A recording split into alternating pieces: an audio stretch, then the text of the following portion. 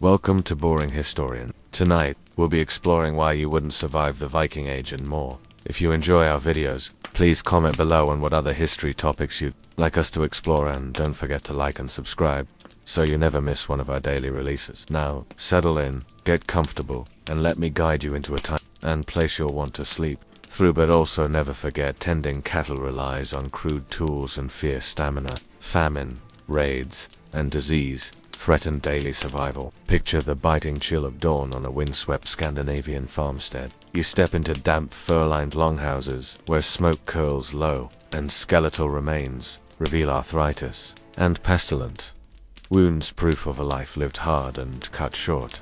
And the scent of ashes and unwashed wool hangs heavy. Outside, your breath mists in the air and crunches on frost-hardened ground. Raids where ships could land at any moment and the clash of axes could erupt without warning, and even simple survival becomes a brutal trial. Childhood mortality hovered near 40%. Every task spinning wool, chopping wood, add the unpredictability of Viking. Tonight, we step into that rugged world. Feel the sting of cold steel, hear the low murmur of creaking timber, and understand why thriving in Viking Age Scandinavia was far more perilous than legend suggests. Hunger, hardship, and meat-fueled misery. The morning doesn't come with coffee, it comes with cold fingers and chores. You're already behind, as usual, because every day begins with tasks undone from the night before. A cracked tool handle that still needs fixing, a fence that needs mending, firewood that didn't get chopped. It doesn't matter that your back hurt or your stomach growled last night. Work doesn't wait. The land doesn't forgive. You pull your wool cloak tighter against your chest, stepping outside into the pale morning light. The sun is just beginning to rise, but it brings no warmth. Your boots squelch through half-frozen mud and straw, left sodden by the melting frost. When the catch is poor or the weather unpredictable, rations shrink.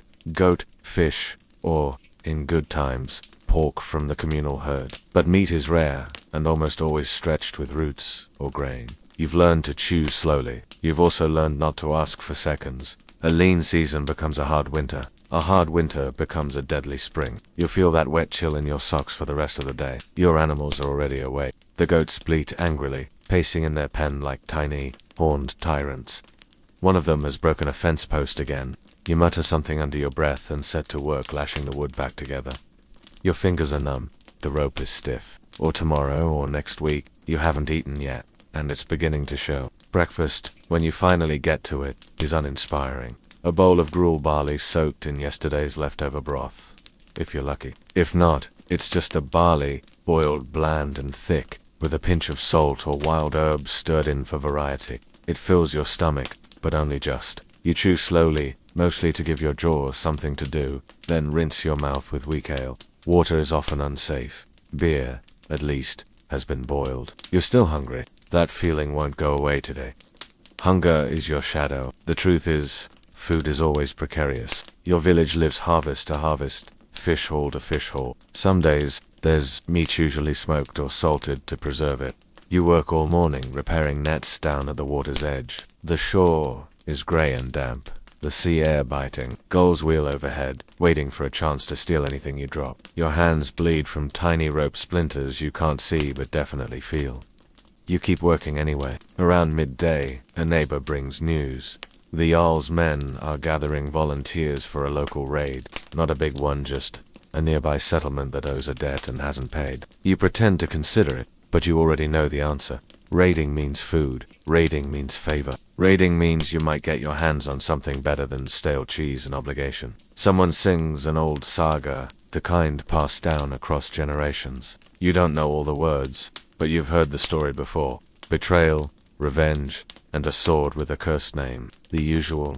The fire has burned low. The longhouse is quiet again, but your head rings. You lie down in your clothes. You won't bother undressing. You need to be ready to leave at first light. You hum an old tune under your breath as you work, not because it comforts you, but because it keeps your mind from wandering too far ahead. But raiding also means blood. It's thick and sweet and burns the back of your throat. You drink too much of it, because that's what everyone does. It's rude not to. Besides, it's the only warmth you're likely to feel tonight. Someone brings out a goat's head, roasted over the hearth. The cheeks are considered a delicacy. You get a bite. It's better than you expected. and death. You've seen what comes back from those short expeditions. Torn tunics. Two men nearly come to blows over a broken oath. One of them throws a bone. It misses. Missing fingers. Dead sons. You don't have a choice. Not really. You nod, slowly. You'll go. You always go. The afternoon is spent preparing. Sharpening your axe, patching your cloak, filling a sack with hard bread and dried fish. That night, there's a feast. Calling it a feast is generous, but spirits are high. The mead flows. There's music, too. Not cheerful. Exactly, but rhythmic. The drumbeat the droning hum of a lyre. The stories go long into the night. The mead loosens tongues and tempers alike. There's laughter, followed by shouting. No one sleeps well. Not even on nights like this. Eventually, you stumble back to your sleeping mat. Tomorrow, you sail. Dawn arrives as a faint smear of grey on the horizon. Just enough light to remind you that warmth is still a rumor. The longhouse stirs around you, baddies rising stiffly from the straw. Cloaks being thrown over shoulders. Gear gathered in silence.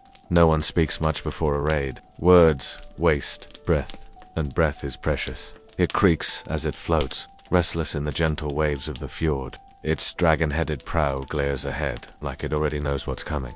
It always does. You've tied your belt 3 times already, more out of nerves than necessity. The sea is calm, but it never stays that way. You've heard stories of rogue waves and water spirits. There's always someone who runs, someone who fights, someone who doesn't come back. You don't believe in spirits. Not today, but you still mutter a quiet word to Thor, just in case. Chickens scatter as your boots hit the sand. The smell of burning pitch and fear fills the air before a single weapon is raised. You're here because your family needs the share of plunder if there is one. A few farmers try to resist, one with a rusted spear, another with a hoe. One of them goes down screaming. You don't know who struck him. Maybe it was you. There's no wind this morning, so it will be rowing until your arms feel like hot lead. The rhythm starts slowly. Dip, pull, dip, pull. The wood creaks. The sea laps. The men grunt. There's no singing. That's a myth. No one sings when rowing into the unknown. You grip your axe like it belongs to someone else, someone braver. It's not polished or ornate. It's just a tool. A sharpened wedge of iron lashed to a stick. It will do what it needs to do. You make your way down to the water, where the longship waits. The vessel is sleek and narrow, carved from oak and smelling of pitch and salt. You're not a warrior, not really. You step aboard and take your place at the oars. Salt spray kisses your face as the ship cuts through the water. You keep your head down. The coastline slips by like a dream. Rocky cliffs, patches of pine forest, distant farms huddled beneath low clouds. You think about the people living there just like you, waking up to feed animals, patch fences, scrape through the same thin life. Today, they might become enemies, or victims, or allies, depending on how things go. Viking raids are often less about conquest than collecting food, goods, promises. Still, there's always blood. The ship reaches its target by midday, a coastal village smaller than your own. Just a few sod-roofed homes clustered near the shore. It goes fast. It always does. The shock is the weapon. Your group outnumbers them. The adrenaline is a wave, cold and sudden. Your heart pounds. Your hands shake. You don't remember raising your axe, but there's blood on the handle now. No one feels like a hero. The pillaging begins. It's more chaotic than you expected. Not glorious, just dirty. Mud, smoke, broken pottery, screaming children. Someone finds a stash of cheese and shouts like it's gold. Another man grabs a woven blanket like it's the spoils of war. A woman is pulled from her home and tied at the wrists. She may be ransomed, she may not. You look away. You find a small chest under a bed, salted fish, a bit of silver, a comb made of bone. You pocket the comb. It's something. Then it's back to the ship. The entire raid takes less than an hour. The fire has burned low again. You watch the embers pulse in the dark. The men laugh on the return journey, passing around a skin of mead. You bail with a bucket, silently, trying not to think about the boy whose eyes you met as you kicked open his door, about the village, about the blood. He couldn't have been more than 10, just nods, slaps on the back, and the smell of someone cooking turnip stew. The goods are divided under the Jarl's supervision. You receive your share. A bundle of salted meat, 2 silver arm rings, and the comb. You fake a smile. Your hands still smell like iron and ash. You don't speak. The sea is rougher now. The wind has picked up, and the oars groan as you pull against the current. Water splashes into the boat. Your stomach churns. From the sea, you tell yourself, just the sea. It's finely carved, someone took pride in it. It doesn't feel like a prize. It feels like a story you don't want to hear. You arrive back at your village before sunset. There's no parade, no welcome. You stare at the comb for a long time that night. Later, you lie on your straw bed, wide awake despite your exhaustion. You think about the sea, and then, mercifully, you sleep. Winter, ritual, and the weight of the gods. Winter doesn't arrive in the Viking. Agid descends. It doesn't whisper and slowly, like a polite guest. It falls like a hammer. One morning, you wake to a world gone quiet under a skin of white. Your breath fogs the air before you can even sit up. Your joints hurt more than usual. Your nose aches with cold, and your fingers have already gone numb before you make it outside to check the firewood. The ground is frozen. The animals are restless. The water must be broken through before it can be used. You rise before sunrise and scrape frost from your tools, moving slowly to avoid slipping. You carry water. You grind grain. You scrape hides. You repair everything, because you know, if anything breaks now, it stays broken until spring. The pile is lower than you remember. There is no central hearth in your house, just a pit fire at the center of the longhouse floor, always sputtering, always greedy. This Yule is darker, deeper. It's a time of sacrifice and storytelling, of staying awake through the longest night to remind the sun to return. You gather in the longhouse with your neighbors. There's more food than usual meat, flatbread, dried apples, whatever meat was spared. It's not much, but it's symbolic. You give thanks for what you have, even if it isn't enough. You feed it carefully. Too much wood and you waste precious fuel.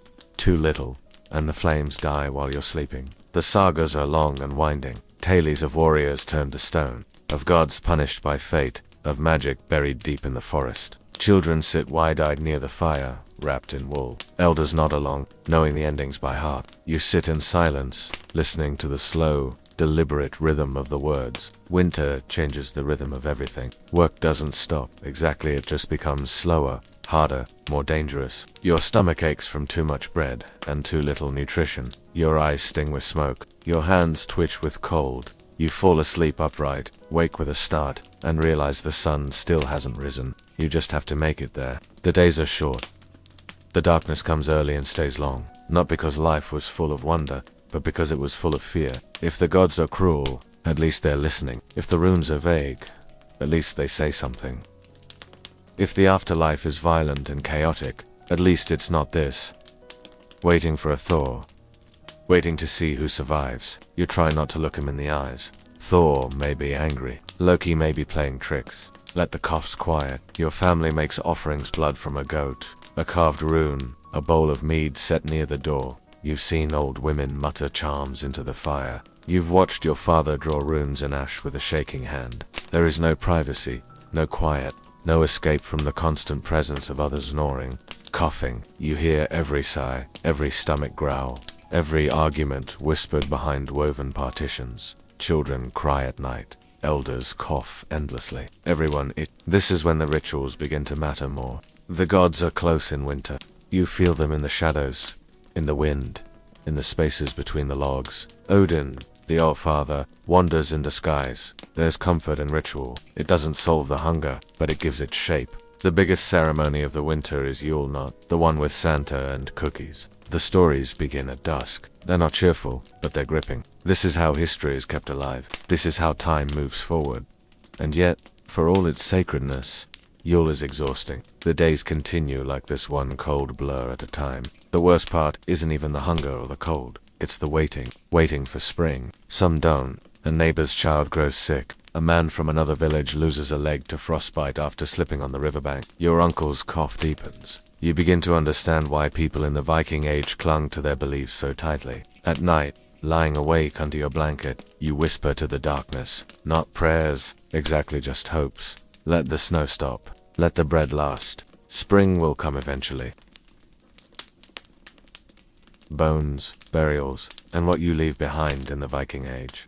Death is never far. It lurks in the shadows of every longhouse, waits in the chill of every winter night, and rides the waves with every returning longship. You've seen it many times. A neighbor falls ill and is carried outside, wrapped in a rough blanket. The cries of children pierce the cold air. The village elder murmurs a prayer, But, it's mostly for comfort the gods don't always answer. Bodies are sometimes buried quickly, sometimes left exposed until the ravens and wolves do their work. Not every soul is honored with a grand funeral. When death comes, it does not wait for ceremony or readiness. But for those who are, the burial is as much about the living as the dead. The wealthy and powerful are laid to rest in ships, real ones, sometimes even the ones they sailed in life, carved from wood and filled with treasures. Warriors, a shallow grave on the edge of the village, marked with stones or a small wooden cross. It's a reminder of what you will leave behind. The names you will no longer speak aloud. The laughter and sorrow that will fade like smoke in the wind. A few personal items placed beside the body. A short prayer. No one knows for sure. These ships become tombs, floating on land, marking the final voyage. Gold, weapons, jewelry, and even animals might be buried with the deceased, all intended to accompany them into the afterlife. You hear stories of the Oseberg ship burial, a grand vessel discovered centuries later, filled with delicate carvings and the remains of two women whose lives remain a mystery. For the common folk people like you, burials are simpler, but even here, there is meaning. The grave is a boundary between the living and the dead. Life in the Viking Age is brief and often harsh, but it's woven together by these moments of memory and meaning. You think about your own burial as winter tightens its grip. What will be left of you? What stories will be told? Will anyone remember your name, or will you be just another set of bones beneath the snow? These thoughts mingle with the cold, the hunger, and the endless work, and somehow they give you strength. Because to live in the Viking Age is to understand the fragility of existence and to keep going anyway. Ragnar Lodbrok, the legend and the man alive shaped by blood, and see the sun hangs low. A pale orange orb, dipping behind jagged Scandinavian peaks. The fjord waters rippled gently, catching the last light of day like scattered shards of glass. This is the world into which Ragnar Lothbrok was born, or at least, the world his story inhabits. Was he a single flesh and blood man born to noble bloodlines, shaped by the brutal realities of Viking life, or was he something more, a mosaic crafted from the deeds of many, a legend assembled to inspire, to terrify, and to unite? It is a place carved by ice and sea, where the cold wind howls like a restless spirit, and the rhythm of life follows the slow, steady pulse of the tides. And brutal betrayal, icy nights, and fiery battles, whispered prayers, and roaring war cries. He lived in a time when the sea was both a provider and a place where every voyage was a gamble between life and death. Ragnar's name is spoken with reverence and awe in the sagas of old, tales whispered in longhouses warmed by flickering fires, where skalds spin verses thick with meaning and mystery. He learned early that strength was currency, that fear was a weakness, that stories were weapons as sharp as any blade. But beneath the layers of myth and poetry lies a question as elusive as the sea mist.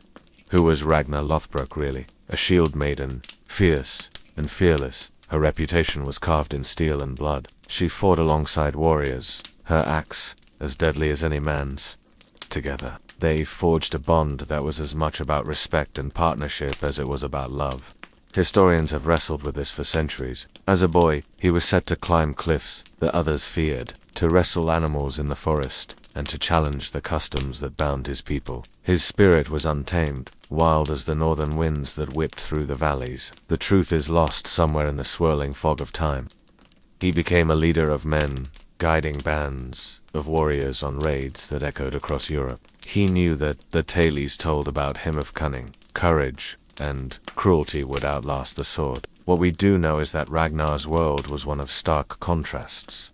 Fierce loyalty. We'll savor the details, the sharp temps of salt air, the clang of iron on iron, the quiet moments before a storm. We'll listen to the echoes of the past, where history and legend dance in the fading light. If so, then Ragnar's blood was royal, coursing with the weight of duty and expectation. But other tales suggest a humbler origin, a rise through sheer force of will and unyielding courage. Some versions say Ragnar was born the son of Sigurdring, a Swedish king known as much for his wisdom as his sword. From his earliest days, Ragnar was marked by restlessness. His youth was not a carefree time. It was shaped by the harshness of the land and the demands of survival. In this world, Ragnar met Lagertha. She was no ordinary woman. Their union was emblematic of Viking life, mixture of brutality and loyalty, freedom and fate. But Ragnar's gaze was never content to linger at home. The sea called him like a siren song, promising riches and glory, just beyond the horizon. From the burning monasteries of Lindisfarne to the walls of Paris,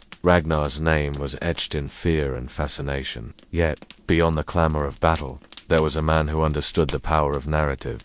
The sagas, though embroidered with myth, carried truths about the Viking spirit, its hunger, its hope, its relentless. As we explore Ragnar's life, we will walk slowly through these stories, because in the end, Ragnar Lothbrok is more than just a man or a myth. He is a symbol, a mirror held up to a time when the world was wild and uncertain, and survival depended on more than strength alone. It required legend, and sometimes, a little bit of luck. The raids begin. Fire and fury on foreign shores, the sea is a restless beast, never still, never silent. It sings a song of salt and storms, calling to those brave or foolish enough to answer. For Ragnar Lothbrok, that call was a tether pulling him away from the cold, narrow fjords of his youth and toward lands drenched in sunlight and blood. They were sharp, sudden, and brutal affairs, quick strikes meant to seize food, weapons, and gold before retreating to the safety of the sea. These were not grand battles, but gritty, messy fights in muddy fields, among frightened villagers clutching whatever makeshift weaponry they could find. The horizons were wide and full of promise, but also danger. Every voyage was a gamble between life and death. But beneath this peaceful surface lay terror. The farmers and monks knew the coming of the Vikings meant suffering. The very notion of safety within the walls of a monastery was shattered. Across Europe, the shock waves rippled. Kings and priests alike watched with growing dread as the seaborne warriors struck again and again. Their prayers turned to cries.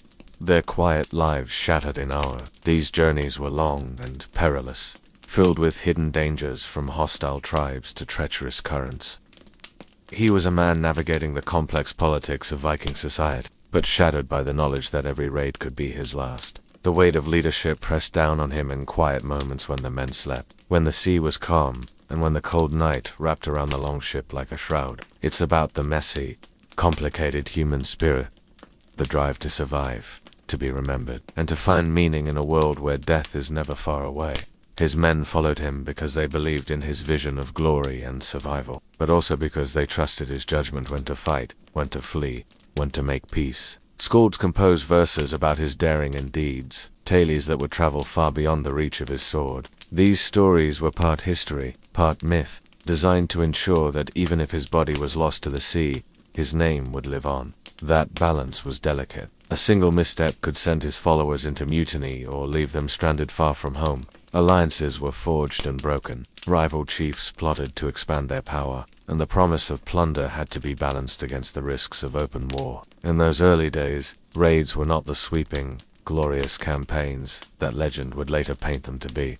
The Vikings did not seek permission or parley. They came like thunder, swift, and merciless. Axes flashed in the sun, arrows whispered death in the air, and torches lit the night sky as farms and monasteries burned. We feel the cold spray of salt water on skin chapped by wind. We smell the acrid smoke of burning thatch. We sense the pounding of a heart caught between fear and fury. We glimpse the fragile humanity beneath the armor and war paint. This was no random act of violence, but a calculated blow that shook the Christian world to its core. Monks tending sacred relics and tending to prayer found themselves caught in a nightmare of fire and blood. The clash was swift and savage. The Vikings showed no mercy. Smoke curled upward, staining the horizon with dread. For Ragnar, these first raids were lessons etched in blood and ice. He learned that courage alone would not win the day. It took cold strategy to survive, the ability to read the terrain, to know when to press forward and when to pull back before the enemy could rally. Leadership meant keeping a band of warriors united, sometimes against their own fears and doubts. Mutiny lurked in the shadows, and betrayal could be as deadly as any foreign blade. The land he raided was strange, and beautiful rolling hills dotted with farms, churches made of stone and wood, fields heavy with grain. One of the earliest and most infamous of these raids struck the monastery of Lindisfarne in the year 793. For the people of Lindisfarne, the world changed that day. Yet behind the sword and flame, Ragnar was more than just a destroyer. Ragnar's ability to inspire loyalty was as crucial as his skill in battle. The raids stretched beyond England and France. Tales tell of expeditions into the rivers of Eastern Europe, into lands where the waters ran black and the forests whispered secrets. Ragnar's personal story weaves through these He was a man haunted by ambition, driven by the promise of wealth and fame. Even so, Ragnar understood the power of stories. He cultivated his legend with as much care as he wielded his axe. As we trace these raids, we don't just hear the clashing of steel and the screams of battle, because Ragnar's saga is not merely about conquest or cruelty. The ties that bind, family, betrayal, and power. Ragnar, Lodbrok's saga, is not just the tale of a warrior. It is also a story of family, tangled, fraught, and often perilous. In the world of Vikings, kinship was everything. Blood-bound men and women together in alliances stronger than any sword. But those bonds were as easily broken as the brittle branches of a winter tree. Ragnar's marriages and offspring form a web as complex and shadowed as the northern forests. She was a shield maiden, a warrior in her own right, fierce and fearless. Their union was marked by mutual respect and shared battle, a partnership that defied the usual roles assigned to women of the era. His first and most famous wife, Lagertha, was no mere companion. Stories tell of Lagertha fighting alongside Ragnar, wielding axe and shield with unmatched skill. His sons Bjorn Ironside, Ivar the Boneless Sigurd, and have each carved their own paths through history, some walking in their father's footsteps as fierce warriors, others wielding power through cunning and intrigue. But like all things in the sagas, even this alliance was subject to change. Their relationship, while legendary, was not immune to the strains of power, ambition, and the shifting tides of fate. The sagas hint at plots and secret alliances, at bitter disputes that spilled blood among kin. It was a world where a broken oath could mean death, but where forgiveness, too, held a place. Ragnar's other wives and consorts were equally significant. From Thora, whose tragic death from illness tested his resolve, to Oslog, who brought with her the mystique of prophecy and the weight of royal blood. Chieftains and kings maneuvered with calculated cruelty, forging alliances through marriage or war. Ragnar had to navigate this treacherous terrain, balancing his personal ambitions with the expectations of his followers and the pressures of his enemies. These women were not just figures in his story, but players in the greater game of Viking politics. Beyond love and loyalty, Ragnar's family was a crucible for conflict. But the family was not immune to betrayal. Rivalries simmered beneath the surface, old wounds reopened, and the lust for power fractured bonds. Ragnar himself was no stranger to betrayal. From enemies within his circle, from those who envied his power or feared his ambition. Yet, amid the turmoil there was also a code, an unspoken set of rules that governed loyalty, honor, and vengeance. Politics in Viking society was as ruthless as the battlefield. His decisions in these matters shaped not just his fate, but the fate of the Viking Age itself. In quieter moments, away from the clash of arms and the roar of the sea, Ragnar grappled with the weight of leadership, the sacrifices demanded, the losses endured, and the legacy he hoped to leave behind. These intimate struggles add depth to the towering figure of Ragnar Lothbrok, revealing a man as vulnerable as he was formidable. As we continue, we'll explore these family ties, the love, the pain, the betrayals that shaped a legend. We'll hear whispers of secret meetings in dimly lit halls, of blood oaths sworn under moonlight, and of hearts torn between loyalty and ambition. Because, in the end, Ragnar's story is as much about the bonds that hold us together as the battles that tear us apart. The fall and the legend. Ragnar's final voyage and legacy, the years wear on, and even the fiercest warrior must face the end of his journey. Ragnar's story moves toward its twilight, marked by a final voyage that has become one of the most haunting tales of the Viking Age, captured by King Aila of Northumbria after a daring raid. Ragnar's fate was sealed, not by sword or shield, but by a slow and terrible death, thrown into a pit of venomous snakes. The image is stark, a man bound, surrounded by writhing serpents, the hiss and bite of poison, filling the air, a death as agonizing as it is symbolic. But even in this moment of defeat, Ragnar's legend was born. As he lay dying, he is said to have uttered a prophecy that his sons would rise to avenge him, sweeping through England like a storm of fire and iron. And so they did. The great heathen army, led by his sons, launched a campaign of brutal retaliation, changing the course of English history. Ragnar's death was not an end, but a beginning. The spark that ignited a legacy of fear and respect that would echo through generations.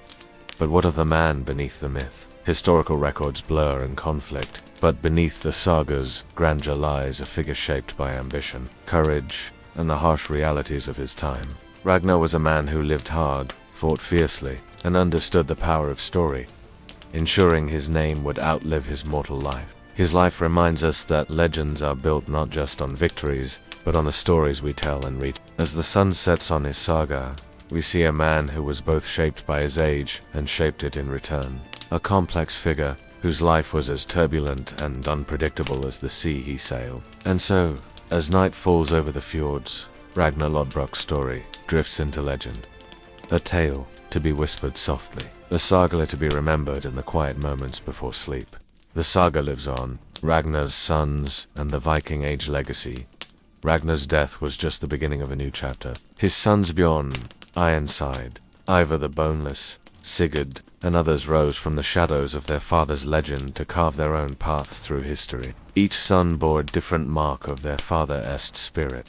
Bjorn's daring raids across the Mediterranean, Ivar's ruthless leadership in the great heathen army, Sigurd's cunning diplomacy, and Ubi's persistence in settling new lands. Together, they became the embodiment of Viking ambition, reshaping the political landscape of England, Ireland, and beyond. But their stories were not without bloodshed and betrayal. Internal conflicts, shifting alliances, and battles for power shaped the Viking Age's turbulent decades. Through their conquests and settlement, the sons of Ragnar helped usher in an era of transformation where Viking culture mingled with native peoples, trade expanded, and new kingdoms emerged. Ragnar's legacy, woven through their lives, became a symbol of resilience, ferocity, and the complicated ties of family and fate.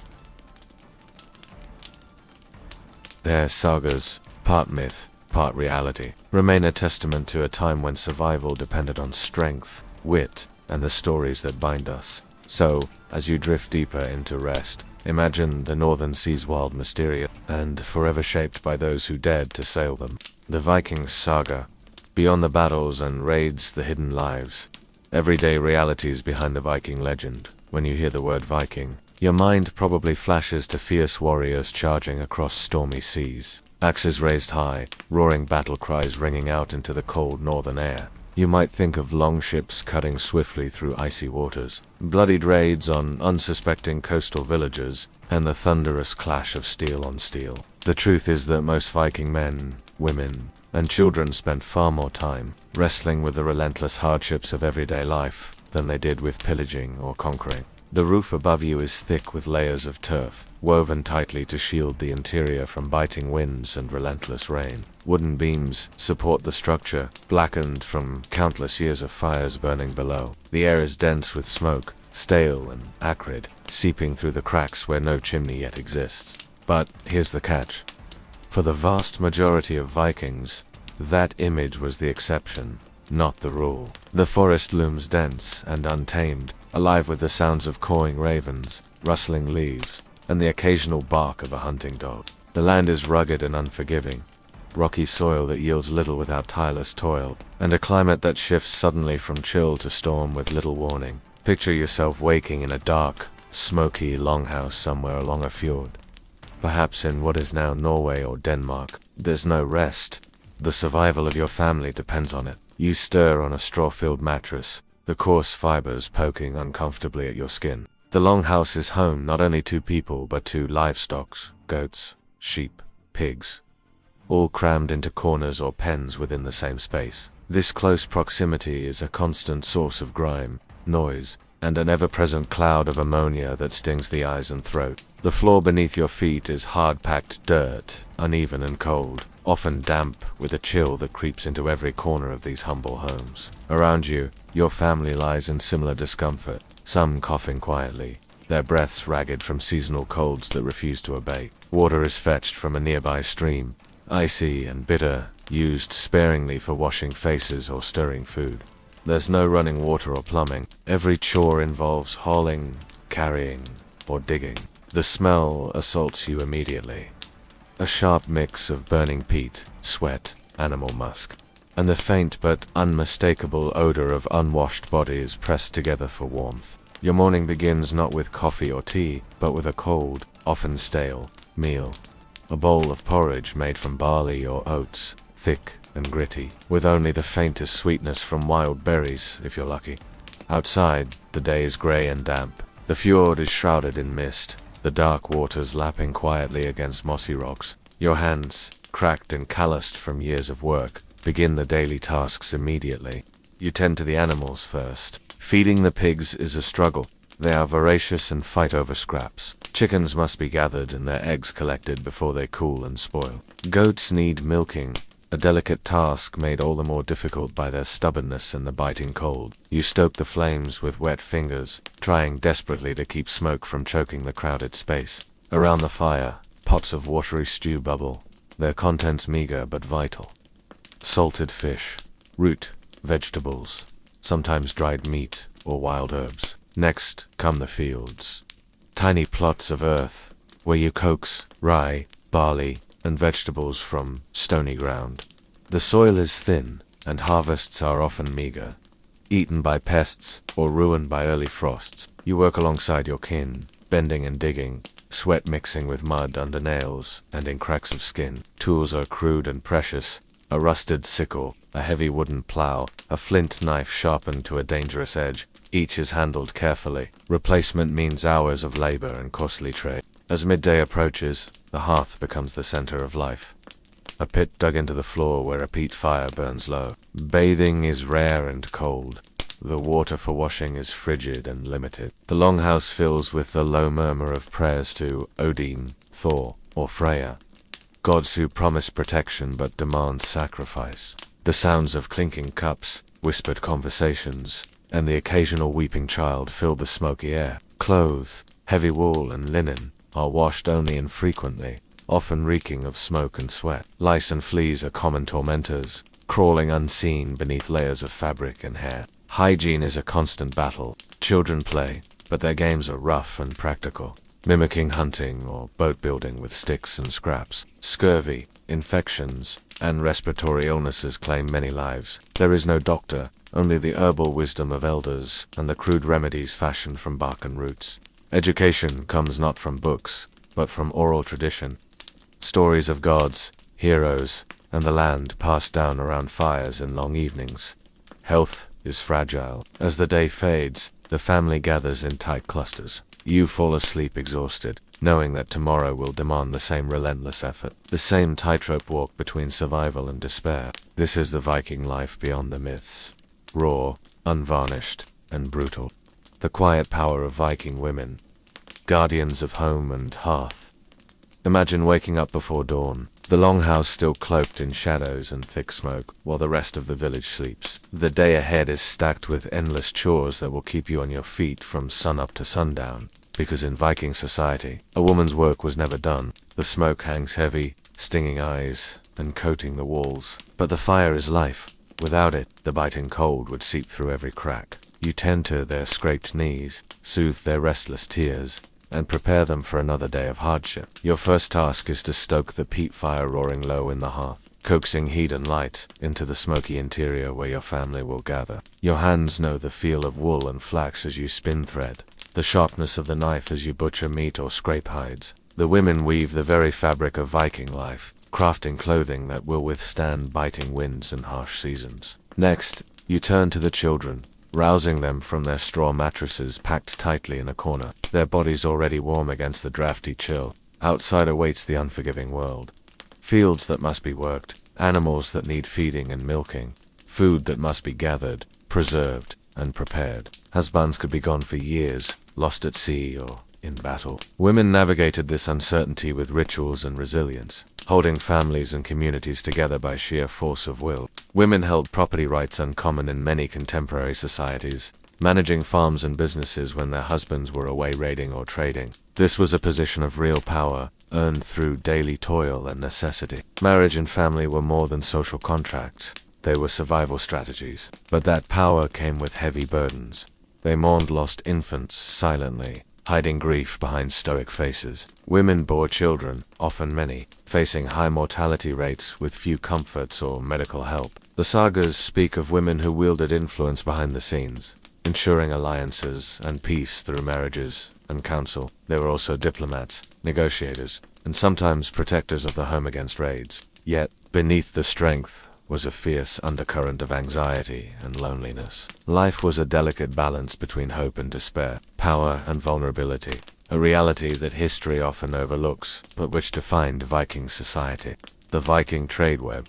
Connecting a world, the Viking world was not just about raids and battles. It was also a sprawling network of commerce and cultural exchange, a complex web spun across continents that reshaped the medieval world. Imagine standing on a bustling Viking trading post, somewhere like Birka in Sweden, Hiddeby in Denmark, or Staraya Ladoga near the Russian forests. The air is thick with the smells of salt, wood smoke, animal hides, and exotic spices from far-off lands. The Viking traders were fluent not just in the art of sailing, but also in the languages and customs of the peoples they encountered. They bartered goods like amber, walrus, ivory, and iron for silk, silver coins, spices, and precious glassware. The dock is alive with the creak of ships, shouting merchants, and clatter of hooves as horses are traded alongside barrels of salted fish and piles of furs. Sea voyagers faced storms, pirates, and the ever-present danger of shipwreck, but the potential profits were enormous. A single shipment of silk or silver could secure a family's fortune for years. These trading hubs were melting pots of cultures, Norsemen, Slavs, Arabs, and even Byzantines converging in a swirl of languages, goods, and ideas. The Vikings adopted aspects of Christianity, metallurgy, and shipbuilding from the cultures they encountered, blending them into their own evolving society. They navigated the rivers of Russia, establishing outposts and forging alliances with powerful chieftains and princes. Archaeological finds of Arabic coins and Persian glassware in Viking graves speak volumes about these far-flung connections. They ventured south to Constantinople, the glittering heart of the Byzantine Empire, where Norse mercenaries, known as the Varangian Guard, served as elite bodyguards to the emperor. Trading was risky business. Caravans crossing dense forests were vulnerable to bandits. The Vikings' reach extended far beyond Europe's borders. Trade routes also linked Scandinavia to the Islamic world, where goods like fine textiles, glassware, and spices flooded northern markets. But trade wasn't only about material wealth. It was a conduit for ideas, religion, and technology. This interconnected world was a delicate balance of cooperation and conflict.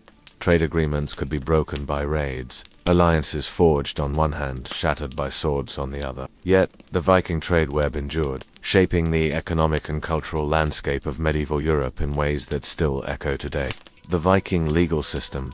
Order in the chaos at first glance. Viking society might look like a free-for-all of warriors and raiders living by the sword, but beneath the surface lay a surprisingly complex legal structure designed to maintain order and resolve disputes without constant bloodshed. Here, disputes were aired, laws debated, and judgments passed in front of the community. These gatherings were part court, part political forum, and part social event, with storytelling, feasting, and bargaining happening alongside serious business. The backbone of this system was the Thing, an assembly of free men held at regular intervals in villages and regions. These laws covered everything from property rights and contracts to personal injury and inheritance. The laws themselves were unwritten at first, passed down orally by law speakers, respected individuals who memorized and recited the legal code. There, elders and peers weighed evidence and testimony, often guided by a law speaker's interpretations. If someone was wronged a stolen cow,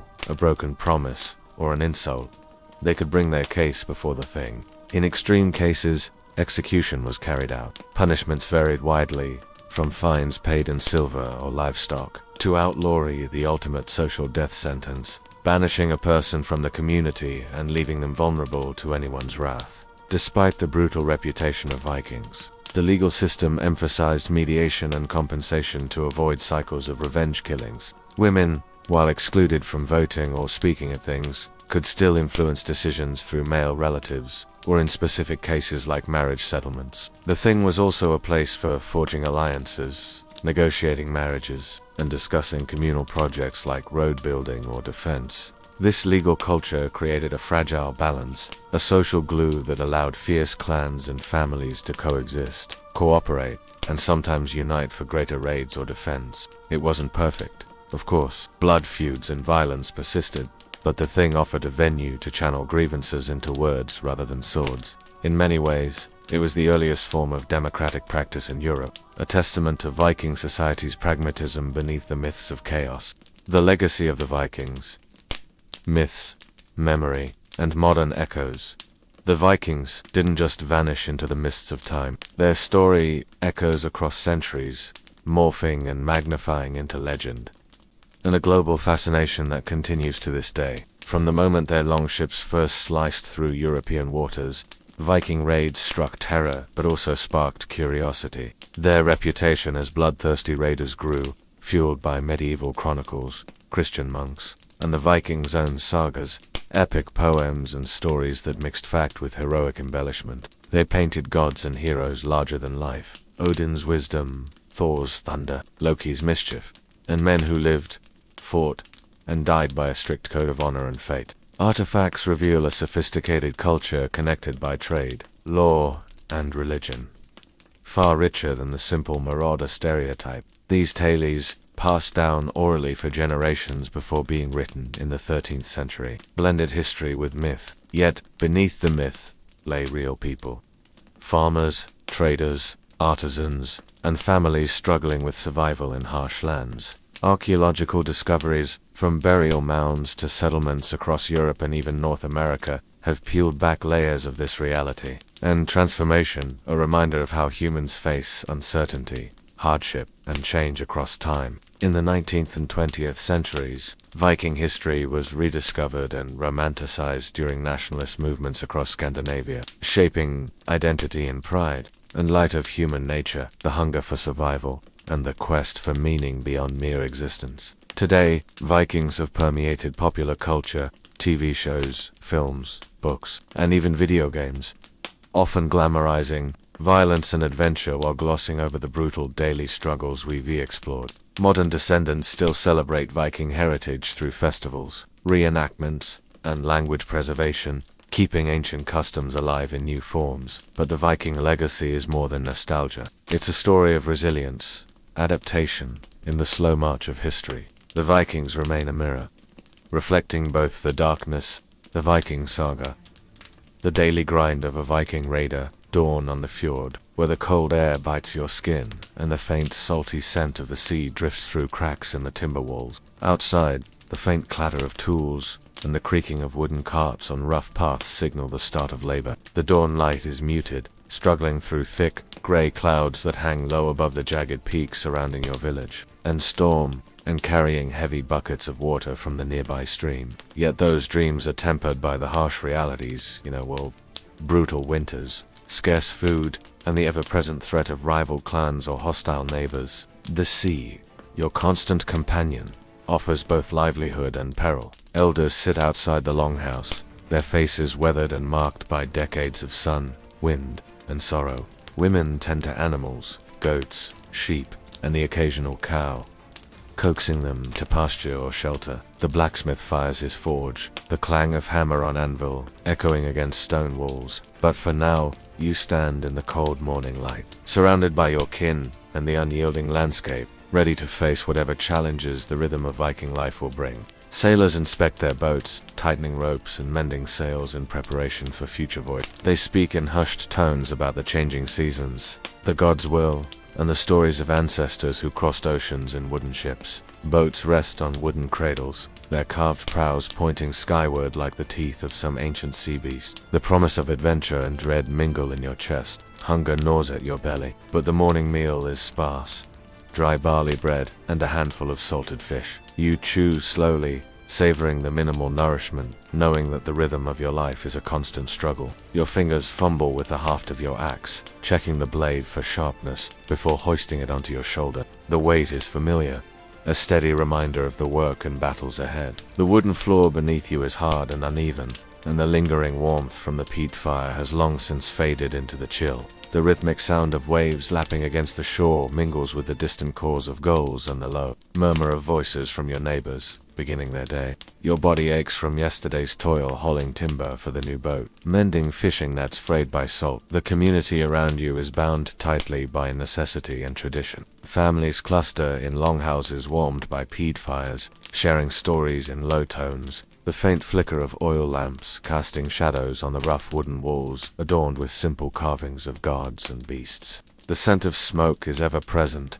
mingling with the earthy aroma of damp wool and leather. Your mind drifts briefly to the future, the promise of raiding expeditions, and the chance for glory, wealth, or at least survival. Today, like every day, begins with ritual. You don your leather jerkin, tie your rough spun trousers, and strap your worn boots. Children run past, laughing, their breath misting in the cold air. As the sun finally rises above the fjord's rim, the village stirs to life. You join your fellow raiders at the harbor, the smell of tar and brine thick in the air. The day ahead will test your strength, patience, and resolve.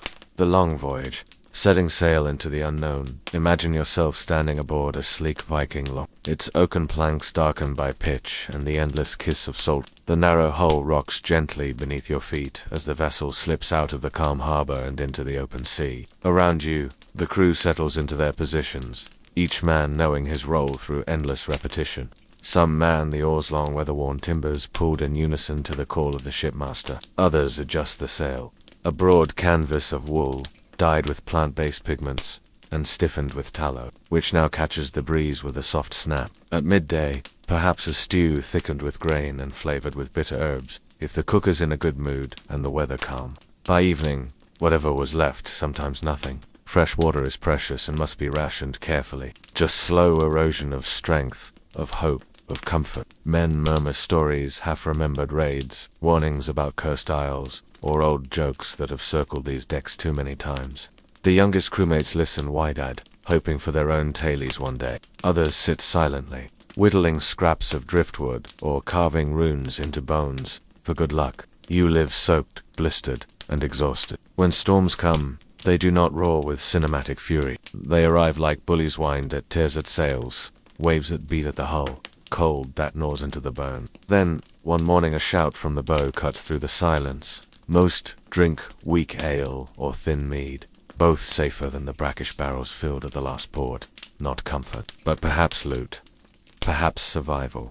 It's not glamorous work. It's damp, monotonous, and punishing to the back and hands. Your back aches from long hours at the oar. But you endure, not because of glory or greed, but because this is the only life available to you. The life of a farmer was not enough. The life of a thrall was unthinkable. This long, aching voyage into the unknown is your only real freedom. But it is your work, and the rhythm of rowing quickly becomes the rhythm of your thoughts. Behind you, the grey cliffs and humble thatch-roofed homes of your village shrink into the morning mist. Ahead lies only water, wind, and uncertainty. Spray stings your face, salt clings to your skin, and the cry of seabirds fades with the last sight of land. You are now at the mercy of wind, wave, and will. You grip the side of the ship, your fingers numbed from the cold. There are no maps here, only knowledge passed down. The reading of stars, the direction of swells, the scent of land carried on the breeze. The helmsman keeps a hand on the steering, or eyes squinting into the distance, lips moving with quiet calculation. Space is cramped, and rest is rare. You learn to sleep sitting upright, or hunched forward, rocking with the motion of the sea. The sea opens wide, an undulating plain of green-grey swells. Below deck, though in truth, there is no real below. Only narrow space between benches, your belongings are few. A simple bedroll, a water flask, a sack of dried fish and barley meal, and perhaps a carved bone token for luck. Meals are minimal. In the mornings, cold bread and salted herring. The days blur. Morning fog gives way to slate skies and stiff winds. The horizon never changes. There is danger here, but not the kind sung in sagas. No great sea monsters or sudden divine wrath. When the sea is kind, there is time for quiet. Your hands blister and bleed. Salt cakes your eyebrows. Weeks pass, perhaps more. You lose count. Land, a faint shadow on the horizon, a glimmer of green. And so, your longship turns, sails creaking and ropes groaning, toward whatever shore awaits. Not peace. The raid, violence, chaos, and the myth of glory. You wake before dawn, still wrapped in your damp cloak. The longship lies anchored in a hidden inlet, tucked behind jagged rocks and seaweed-covered shallows. No rallying cry, no prayer to Odin offered aloud. The work of this day is neither holy nor heroic. It is simply necessary. The tide is with you, and the moon has dipped below the horizon. There is no wind, only the slow breath of the sea and the creak of leather as your comrades stir silently in the dark. It is a fishing hamlet, remote, unprotected, unaware. There is no speech. A child, barefoot and confused, stands in a doorway before being yanked away by someone unseen. A silver brooch, a carved cup, a leather-bound book. To you, it is cargo. The smoke rises thick and black into the morning sky, which is still painted with hints of orange and purple. The fog begins to lift, revealing the coastline beyond, and the ship waiting to leave. To them, it was their history, their faith, their memory. Others are tied up, dragged toward the longship, potential thralls, if they survive the void. You don't ask names, you don't ask why. You simply do as you are told. You chew on a scrap of dried meat, your jaw tight, your stomach sour. No one cheers, no one sings. The ship pulls out slowly, the oars dipping into crimson-tinged waters as smoke curls into the sky behind you. The fog clings low to the water as the ship glides forward again, oars dipped without splash. Silver wool, salted fish, cloth, tools. Names are not counted. Losses are not recorded. You don't speak of it. None of you do. If it is told, it will be told with flourishes of brave Vikings and bold deeds, of glory seized and destiny fulfilled. Everyone moves with rehearsed caution. The village ahead is quiet. A few huts, a small church, a storage barn with thick timber doors. The smell hits first: sea rot, fish, mud. Your hand trembles slightly from the force of each swing. Only exhaustion, hunger, fear, and the desperate need to survive one more season. You examine the edge of your axe, chipped now and sticky. You clean it with seawater, the blade cold in your hands. It's oddly familiar, almost comforting, but the air carries tension. You walk with your axe in hand, not gripped tightly, but ready. No thunder of swords. It is not like the sagas promised. Smoke from a fire smolders somewhere within. One rushes toward your comrade, only to be shoved back with a wooden shield. Another tries to protect a doorway, swinging wildly, shouting words you don't understand. You've been told to expect resistance, but not much. This place is not a fortress. As the prow scrapes the shallows, your boots touch wet sand. The first sounds are mundane. The bark of a dog, a bucket being dropped, a rooster crowing. Then, the first shout, then running. There is no great clash. The resistance is disorganized. A few men with sticks, pitchforks, dull blades pulled from storage. You do not understand their tongue, but their terror is universal. You follow orders. You move from house to house. You gather what can be carried: coins, tools, sacks of grain, cloth, anything remotely valuable. A fire starts, perhaps by accident, perhaps not.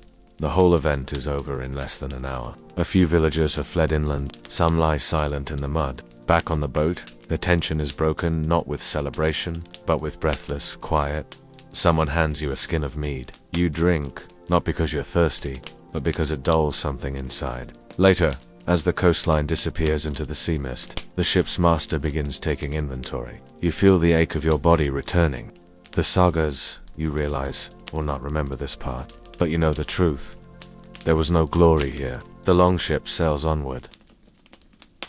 The return, wounds, winter, and the weight of silence. You arrive home in silence. The longship cuts across still waters under a low grey sky.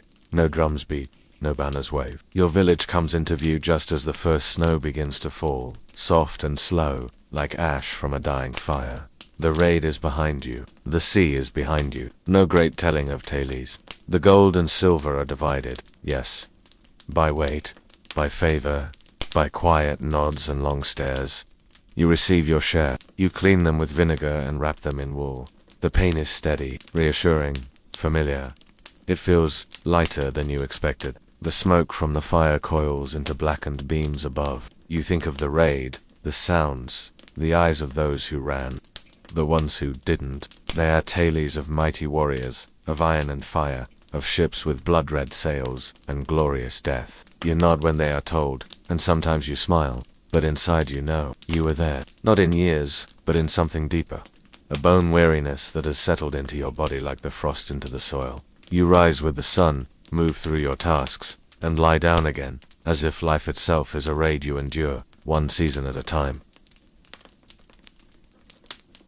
You remember the cold steel in your hand and how it felt heavier coming home than when you set out. One day they will sail, one day they will learn the silence. 2. Their bodies are heavier now, from bruises and infections and the weight of things not said. Some limp it seeps back into the land like melted snow into soil.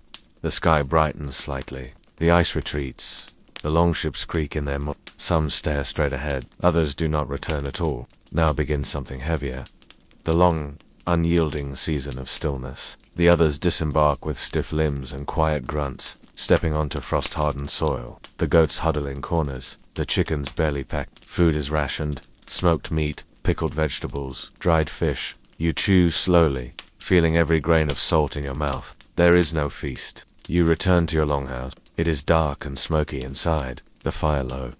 You sit beside it, pulling your cloak tighter. The sea freezes near the shore, trapping the longships in place. You spend your days mending nets, sharpening tools, carving bits of wood with aimless precision. The children play nearby, their laughter muffled by layers of fur and cloth. An old woman hums as she spins flax into thread. A man 2 houses down has died in the night. No one is surprised. The air becomes thin and bitter, the kind that burns the lungs and numbs the fingertips. The sun rises late and sets early. The wind howls through the gaps in the roof, and snow piles against the door. Your boots steam in the heat, the thawed mud dripping onto the dirt floor. You say little. There is little to say. Your wounds are minor, a deep bruise along your ribs, a slice across your palm, a knot in your shoulder that pulses with the cold. Winter closes in fast. Inside, life is small. The rhythm of your life returns, but it is slower now. Even the animals seem subdued. At night, you lie awake beneath heavy blankets, staring into the rafters. You don't speak of it. No one does. The stories told this winter are not of what happened. They are of what was supposed to happen. The children listen wide-eyed. As the weeks pass, you begin to feel older. When spring finally arrives, it does not rush in with trumpets or birds. You oil your boots. You sharpen your axe. The next voyage is never far away. But for now, you listen to the quiet, and you wait. What remained? Legacy, memory, and the forgotten truth. Years pass. The seasons blur. The raids grow fewer. The aches grow sharper. You no longer board the longship when it departs, not because you cannot, but because others now take your place. Younger hands, steadier eyes. They sharpen their axes with excitement, not weariness. They dream of silver. They have not yet learned how heavy it is. You remain behind. Your world has grown smaller. You mend fish in nets. You whisper instructions to your sons. You carve a comb from a piece of driftwood and trace it with knots that no longer hold meaning. You sit by the hearth and listen to the creak of the roof, the pop of burning peat, and the slow breathing of the dogs stretched out beside you. Stories are told, glorious stories, of raiders who crossed endless seas and brought kings to their knees. The carved dragon head on its prow has been worn smooth by wind and rain. Children climb on it now, pretending to raid distant lands, shouting in broken song.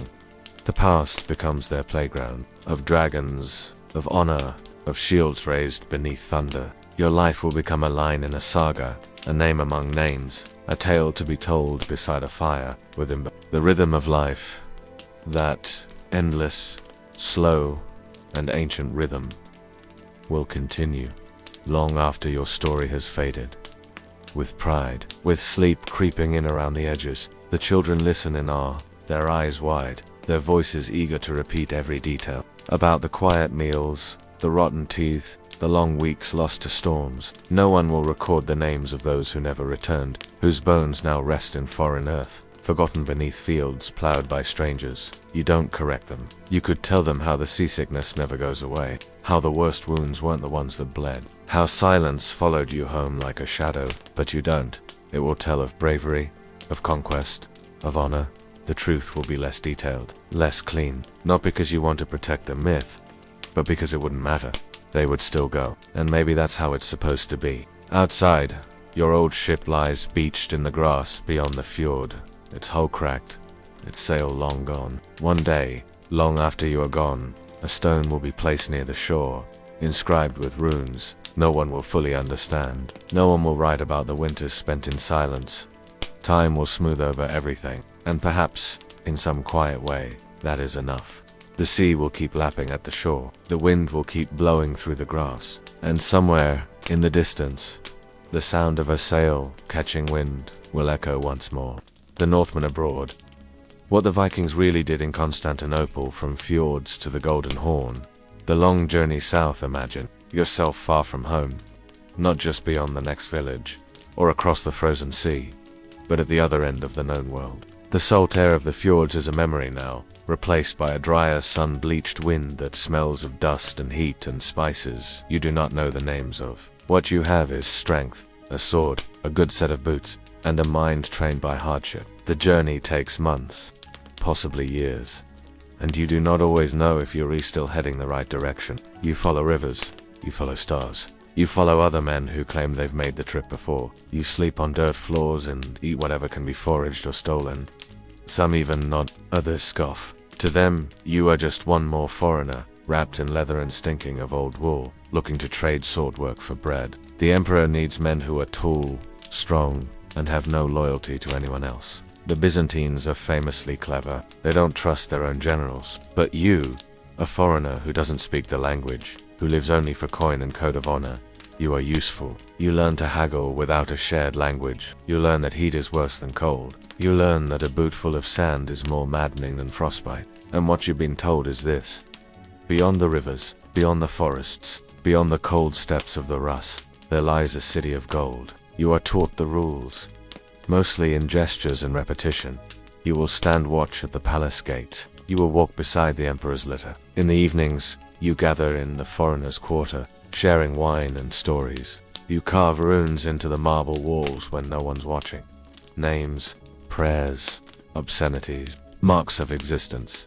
Eternal, whispering in a language that still doesn't make sense. You walk its streets with coin in your pouch and a weapon on your back. You sleep on a mattress, but dream of snow. You wear silk-lined armor, but long for the itch of homespun wool. Proof that you were here. You will eat meat daily, drink wine not made from honey, and sleep in a proper bed. It is strange. It is foreign, but it is reliable. And after so many years of stormy seas and back-breaking raids, reliability feels like wealth. You will guard treasure halls where gold spills from broken amp. Your accent is harsh. Your manners, when you use them, are rough. You do not kneel before icons, and when you try it looks awkward, but your act speaks well enough for you, and the emperor does not seem to care.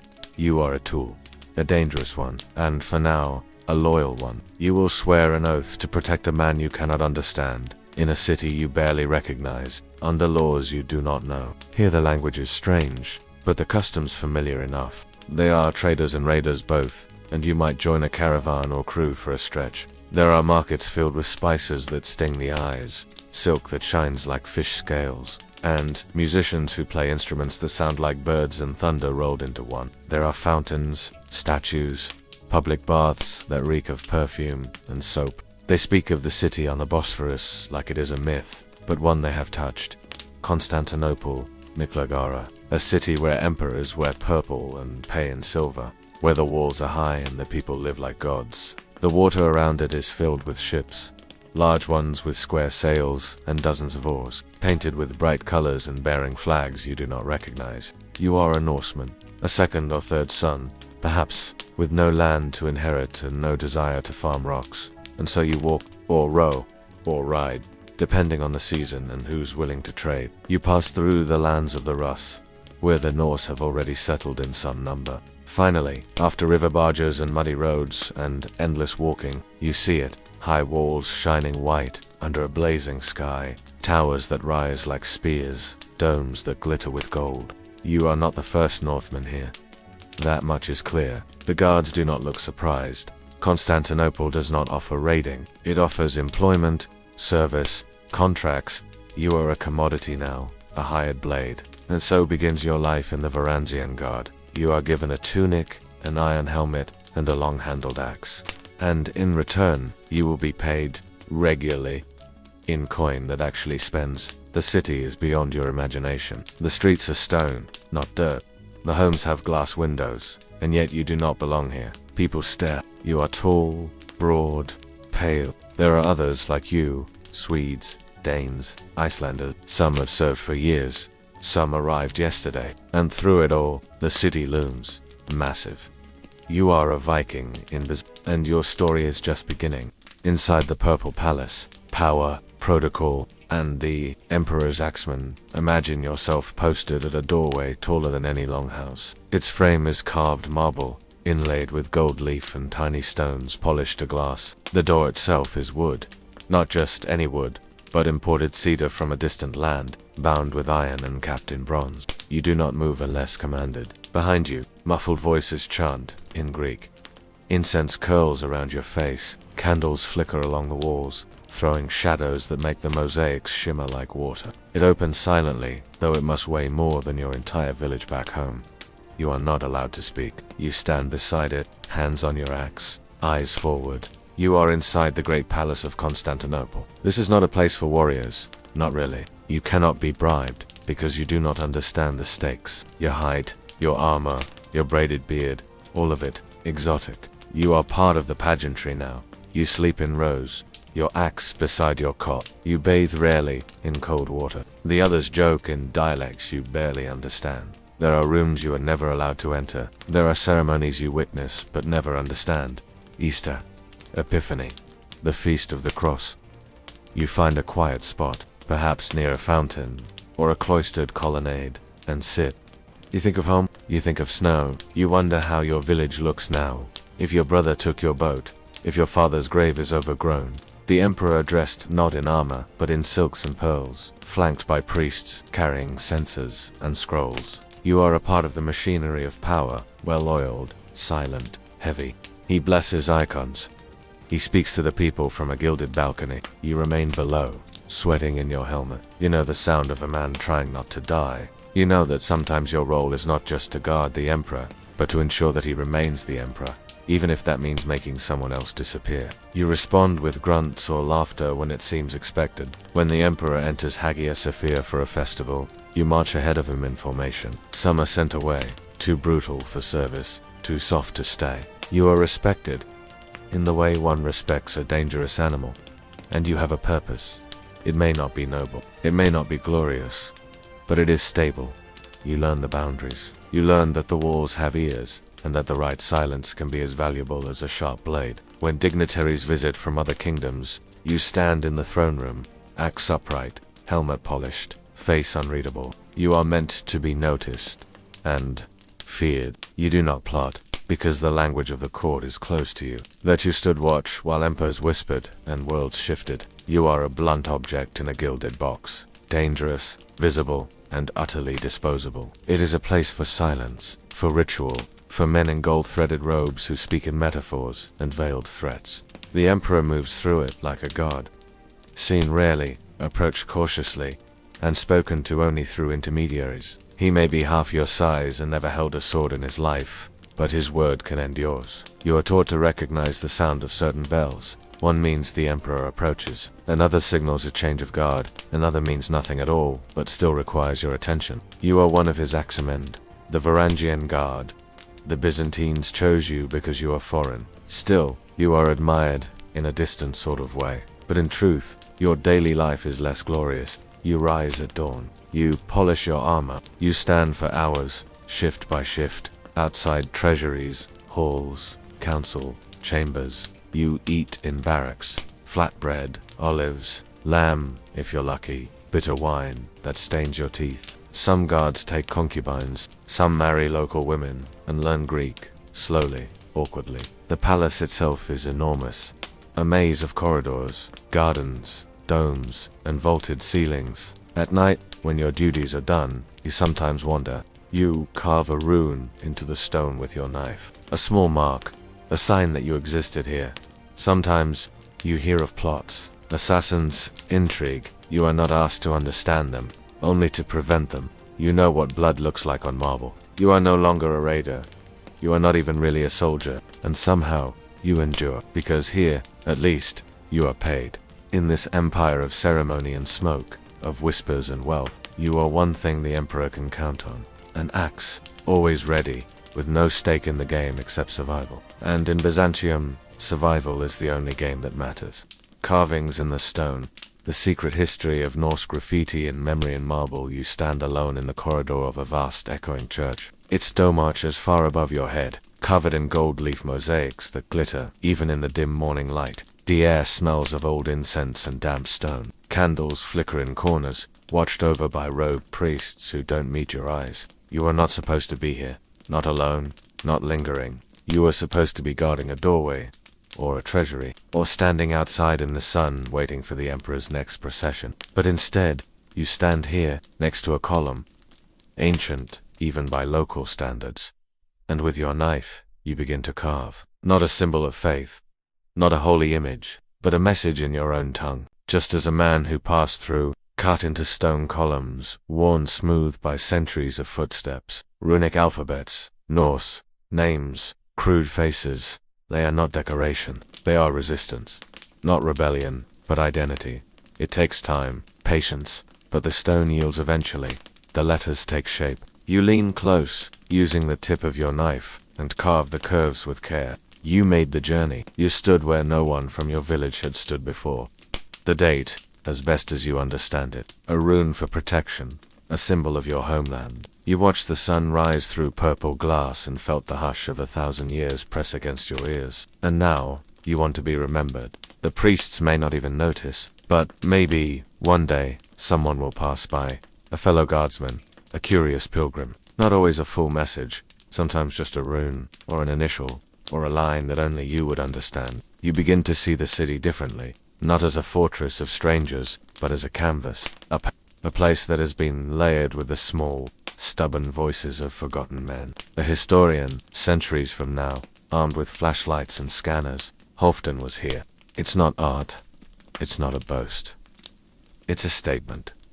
Simple, plain, undeniable. They leave behind verses, jokes, crude maps of places they barely remember. Sometimes they leave behind laments. For lost brothers, for dead wives, for gods who don't answer in this foreign land. These are not grand monuments, just scratches, scrapes, traces of breath once held. And says, in your language, that one's mine. Don't carve too close.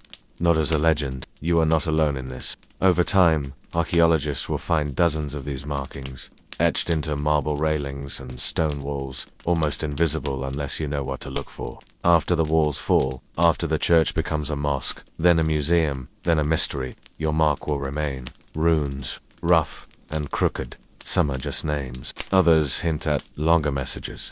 Thorvald carved these runes, Uri made this board. Some leave prayers, some leave insults, most just leave proof. You begin to notice them now. In quiet places where the guards gather, scratched into doorways. Here, in this vast city of gold, marble, and power, you are nobody. A hired weapon, a foreigner in a land of bureaucracy and incense. But the carvings say otherwise.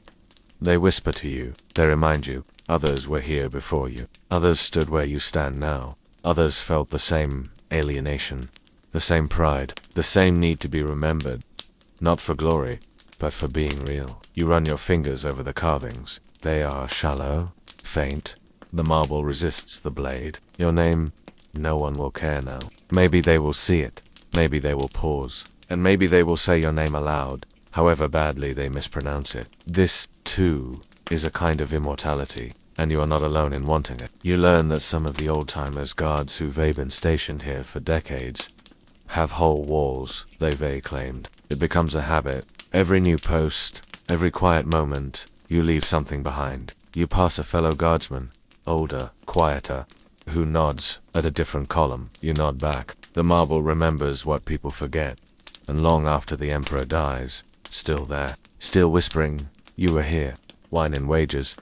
Life and loyalty in the foreigner's quarter the day ends with coin in your hand and dust on your boots. You walk through the palace gates, past guards who nod but do not speak, down into the quieter streets where the walls are lower, the air less perfumed, and the rules softer here. In the foreigner's quarter, the empire's discipline loosens its grip. The street smells of sweat and goat meat and old wine. Not routing, just lived in, human.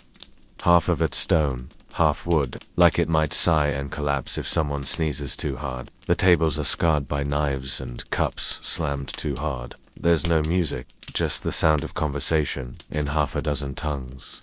Greek, Armenian, Norse, Slavic, some of it's shouting, some of it's laughter, most of it's nonsense. The buildings are cramped but solid, their stone walls streaked with soot, their doors often open, revealing glimpses of hanging cloth, flickering lamps, and children who stare before darting away. Not in glory. You've seen them kill with no hesitation, and cry when the sun sets a certain way. But here, in this place that speaks none of your languages fully, you've become something like a brotherhood. A tired, limping, slightly drunk brotherhood. You've watched them go home, sometimes with a local woman at their side, sometimes alone, sometimes carried, but in repetition, in the rhythm of ordinary evenings, of building houses with stone, not timber, of marrying girls they haven't seen in 10 years you nod back. Words aren't needed. You've seen each other 100 times. You pay 2 coins, and she hands you a paper cone full of warmth. The smell is comforting, sweet, and smoky. You lie down and let the warmth of the wine pull you under. And having sons who never have to touch an axe unless it's for chopping wood. And when the day ends, you will return here, to the smoke, and the laughter, and the slowly disappearing version of yourself. The story's retold. One is already married. Another runs a tavern now. 2 injured for service, but too stubborn to leave. The city murmurs around you. Low, endless, full of lives you'll never understand. But somehow, for now, it feels like home. Or something like it. One man, silent and sun-scarred, has converted to the Emperor's faith. No one talks to him much anymore. Someone tells a filthy joke that makes even the Armenian priests chuckle behind his wine cup. Someone else tries to sing and fails spectacularly. The wine tastes slightly better with each cup.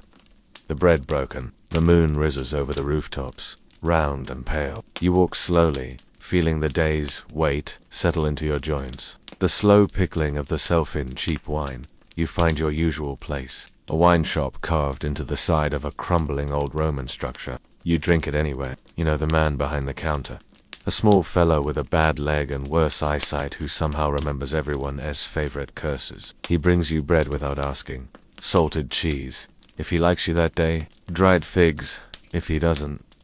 Inside, it's dim. The walls are dark with old smoke. One of them, Eric, always tells the same story. About the time he guarded the emperor during a diplomatic meeting, and accidentally sneezed so loud a bishop fainted. You don't believe it, but you let him tell it anyway. You sit. The wine is thin, sour, and always slightly warm. Other Varangians arrive. Some you only recognize by voice. It's here, in this shadowy corner of the city, that real life happens, not in service. You've seen some of these men at their worst. Bleeding, broken, screaming. You all come from different villages, different gods, different winters. Some of the men speak of going home, of buying land with their pay. Others speak of staying, of learning Greek, of settling into the city like Mars into cracks. You think about your own future. Sometimes, but not often. Constantinople has a way of swallowing the past and making the future feel ... optional. You play dice with rusted coins. You lose more than you win. The laughter is thick. The curses creative. Later, you step out into the street.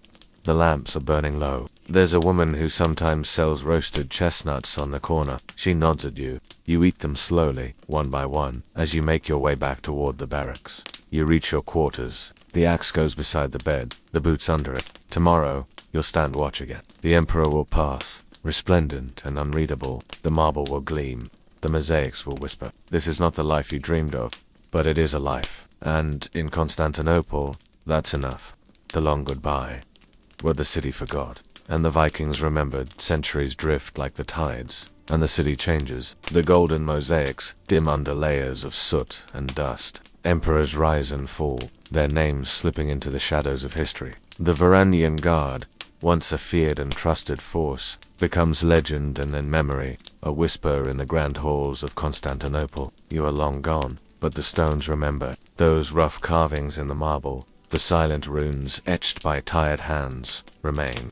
They speak quietly to anyone patient enough to listen. Traces of a world where Norsemen walked foreign streets, drank bitter wine, and stood guard beside emperors whose faces are lost to time. The quarter where you once lived fades. Its alleys twist under new roofs.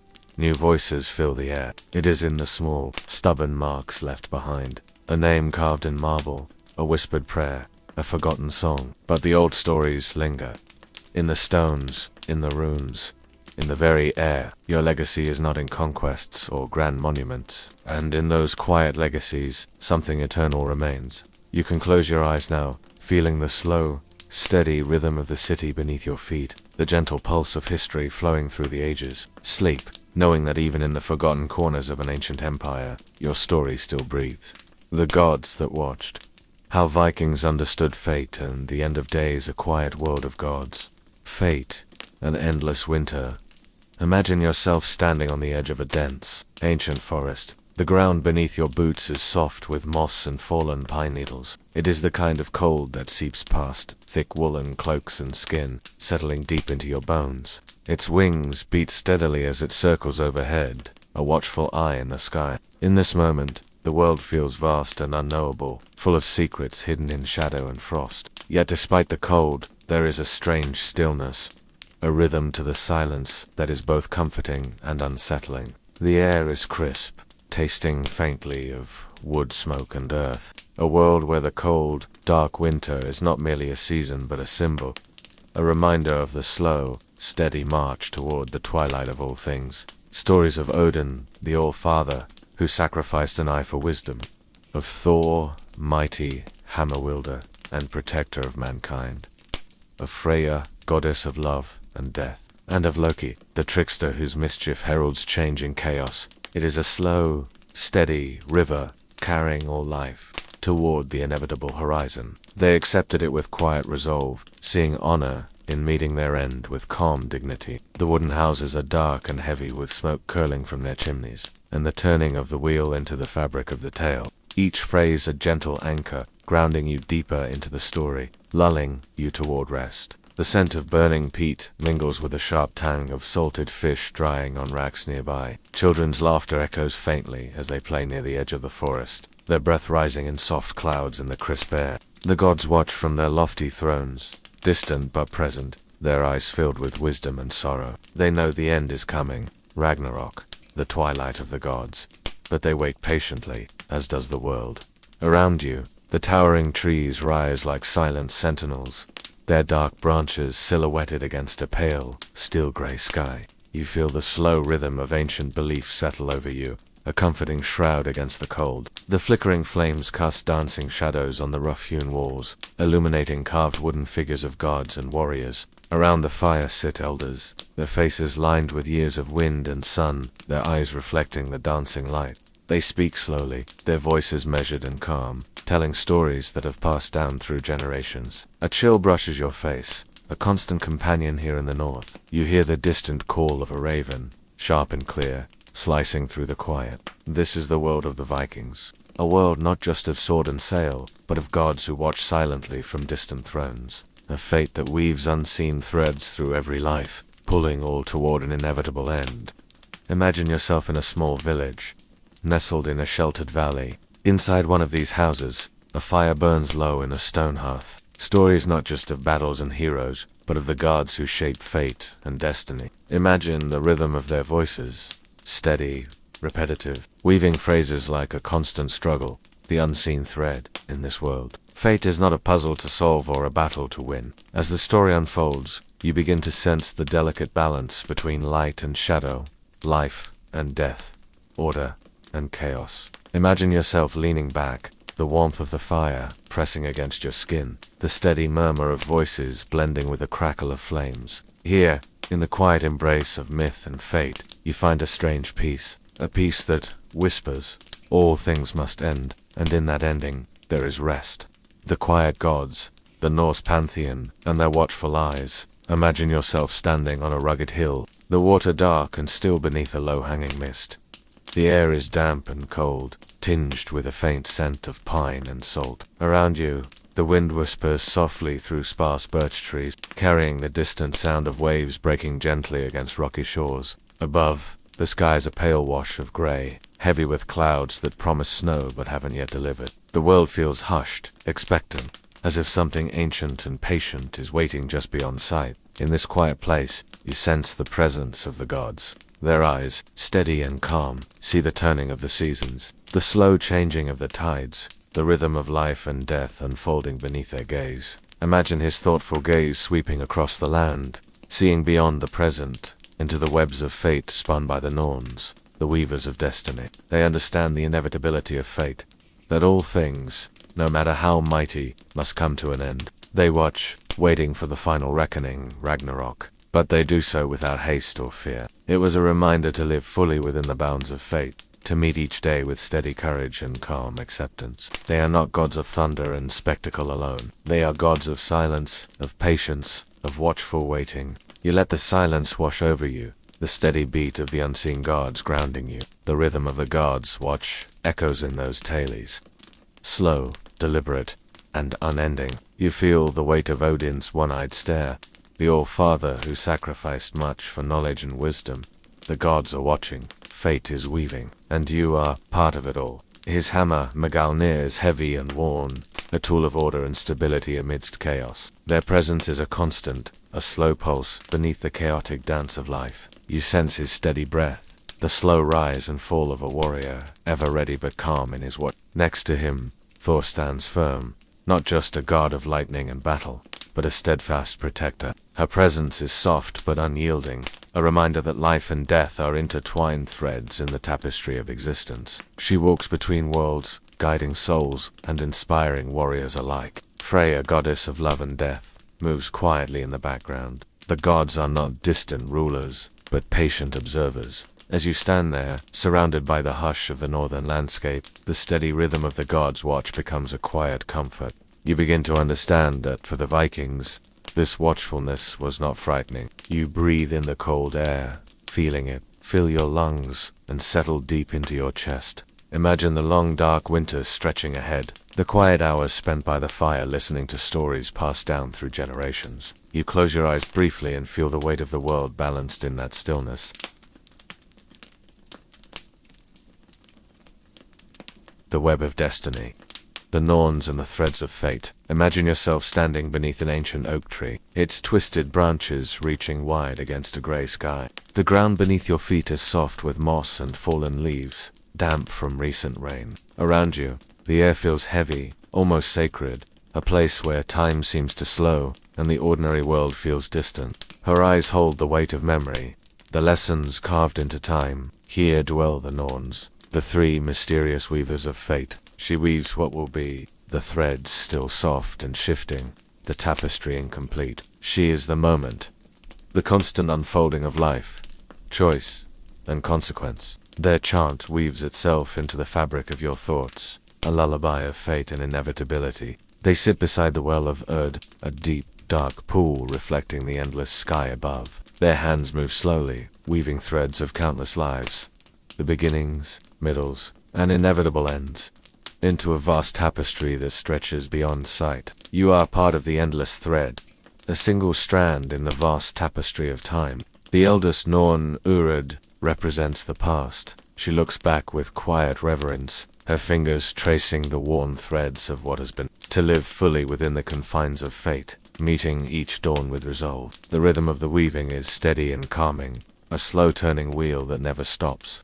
They watch, they weave, they endure, as you do in your own life, caught in the web of destiny, moving forward with quiet acceptance. Verdandi, the present, watches closely, her hands steady as she twists and turns the strands with delicate care. Skuld, the youngest, represents the future. Her gaze is distant, thoughtful, shadowed by uncertainty. Imagine their voices low, rhythmic, and soothing, chanting in a language older than the trees. A sound that echoes like distant thunder or the gentle murmur of a river. You feel the threads in your hands, invisible yet tangible, each a life, each a story, each a moment caught between what was and what will be. The Norns do not rush. They do not falter. You sense the weight of their work, the responsibility of the gods and mortals alike to honor the path laid before them. In this sacred place, you close your eyes and breathe deeply, letting the steady cadence of the Norns' weaving wash over you. And in this moment, there is peace. The rhythm of the web soothes, wrapping you in the gentle certainty of fate's embrace, guiding you slowly toward rest. The twilight prophecy Ragnarok, and the end of all things. Picture yourself standing on a barren hilltop under a leaden sky. Around you, the land is scarred and silent, trees, twisted like gnarled hands, reaching toward a dull, distant sun. Even the birds are silent. They move with quiet dignity, accepting their fate with calm resolve, knowing that their time in the world is finite. A sense of waiting hangs over the earth, slow and profound. This is the setting of Ragnarok, the twilight of the gods, the great and final reckoning foretold in ancient verse. Instead, there is a profound peace, a recognition that all things must come to rest, that endings are part of the endless cycle. It is not a sudden cataclysm, but a long, slow fading, like a candle's flame guttering in a draught. Imagine the gods gathered in their great halls. Odin, Thor, Freya, and all the others, aware of the coming end, but not fearing it, and of a great wolf breaking his chains to roam the skies. The gods watch still, the threads weave on, and the world waits patiently for the next chapter to begin. It tells of battles fought under darkened suns, of fire and ice meeting in a slow, steady dance of destruction, the fading of the light, and the final breath of the old world, weaving a calm certainty that invites surrender rather than struggle. The land, the gods, and the fate woven by the Norns all move toward the same quiet conclusion. The prophecy unfolds like a somber song, telling of giants rising from the frost, of serpents twisting beneath the earth. The prophecy settles around you like a soft cloak, wrapping you in the peaceful understanding that endings are natural, expected, and in their own way, beautiful. Yet in this ending, there is no frantic panic. The rhythm of this tale is slow and deliberate, repeating phrases like the turning of the wheel. As you stand on that wind-battered hilltop, you sense the weight of inevitability pressing gently but firmly, a seed buried in the ashes that will one day sprout anew. After the twilight comes dawn, after destruction, renewal, and yet, in this ending, there is also a promise. You breathe deeply, the cold air filling your lungs, grounding you in the steady pulse of the world's slow turning. You close your eyes, letting the calm certainty of fate wash over you. From raiders to rulers, how the Vikings became Normans, the quiet shift. From seafarers to settlers, imagine yourself standing on a windswept coastline, the cold spray of the sea misting your face. The rhythmic crashing of waves against jagged rocks fills your ears, a steady, unending sound. The ground beneath your feet is uneven, scattered with stones and driftwood. The air carries the faint, lingering smoke of hearth fires from a nearby village. The sky is a soft, muted gray, heavy with a scent of salt and seaweed. It is here that Viking longships once sailed boldly across the horizon, their dragon-headed prows cutting through waves with quiet determination. The Vikings are becoming something different. Farmers, rulers, builders. Their fierce past does not disappear, but becomes woven into a new identity, a new world. But the time of raiding is shifting, and the world itself is changing. The journey from raiders to rulers is long, complex, and deeply human. And survival that created the Normans, a people forged from the restless spirit of the Vikings and the steady traditions of their new homelands.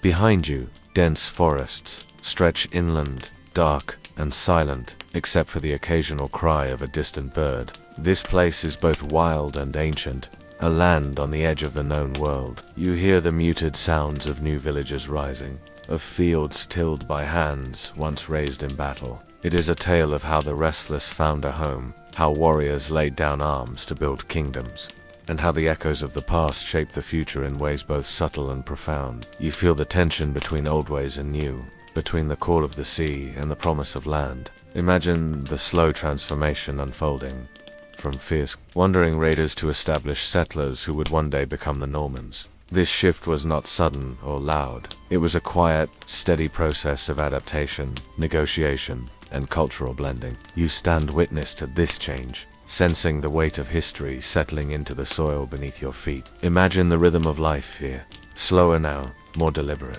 As you breathe in the crisp air, you begin to understand the complex dance of power, culture. This is not just a story of conquest, but of transformation. You settle into the quiet, letting the story unfold around you like the slow turning of the seasons, the steady beating of a distant drum. And so, with calm resolve, you begin to follow the footsteps of those who shaped history in silence and strength.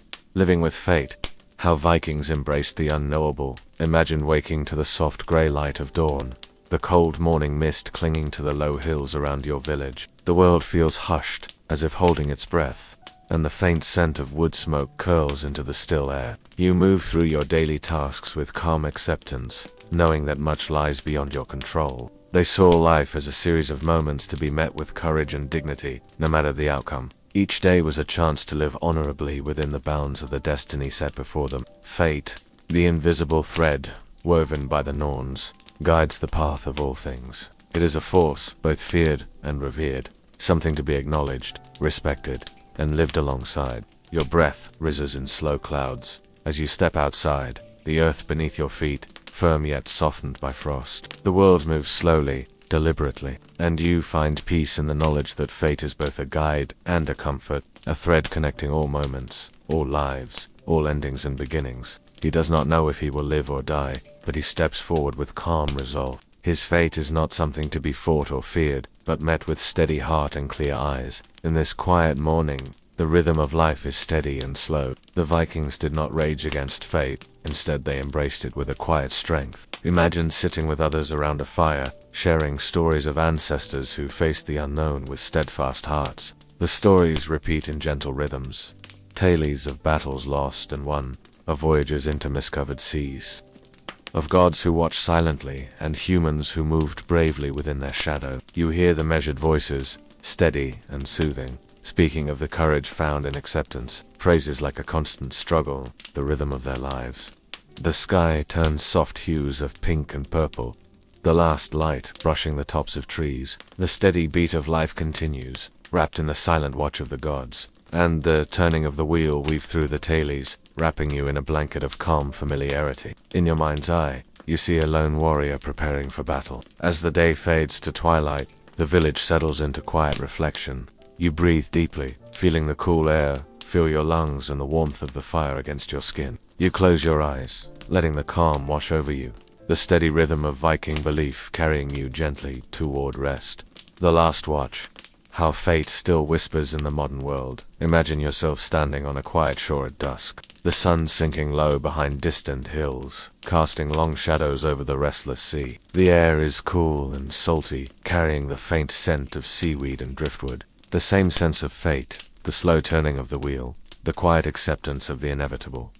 These ideas have woven themselves into the fabric of our modern world. Often unnoticed but always present, the gentle sound of waves rolling onto the shore fills your ears. A slow, steady rhythm, like the heartbeat of the earth itself. And to find peace in the rhythm of life's slow unfolding. Here, in this timeless place, echoes of the Viking worldview linger. But in the quiet moments, the turning seasons, the steady beat of your own heart, fate still weaves its threads, and life continues its endless cycle. The sun dips below the horizon, and the sky deepens to a soft indigo, sprinkled with the first stars. The world grows still, wrapped in a gentle embrace of night. You think of the stories told by your ancestors, of gods who watch silently, of threads woven by unseen hands, of endings that lead to new beginnings. These ancient beliefs have shaped cultures, inspired art, and guided lives, long after the last Viking ship sailed. Imagine the quiet power of these ideas as they whisper through centuries, reminding us to live with courage, to accept what cannot be changed. You breathe in the cool evening air, feeling it fill your lungs and calm your mind. As you stand there, you realize that the gods are still watching, not from distant throne. You close your eyes, letting the calm settle over you like a soft blanket. The rhythm of the past and present blend together, carrying you gently toward rest. In this peace, the ancient watch continues, eternal and unbroken.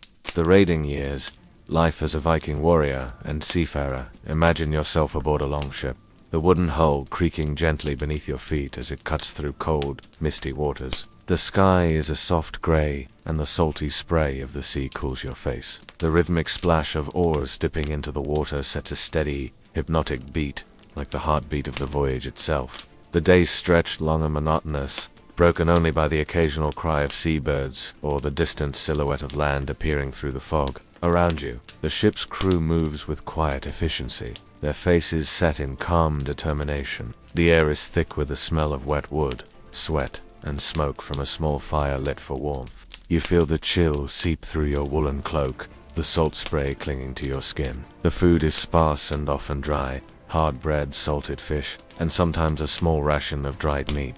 The clash of weapons is sudden and chaotic, but quickly gives way to a grim calm as the raiders claim their spoils and vanish into the woods or back to their ships. You wrap yourself in your cloak, listening to the whispered conversations and the soft lapping of water against the hull. Yet the Vikings persist, driven by the promise of wealth, honor, and a place in the tales told around fires for generations. The stars above are hidden by clouds, but you sense their silent guidance. The world is harsh, the future uncertain, and the struggle a constant companion.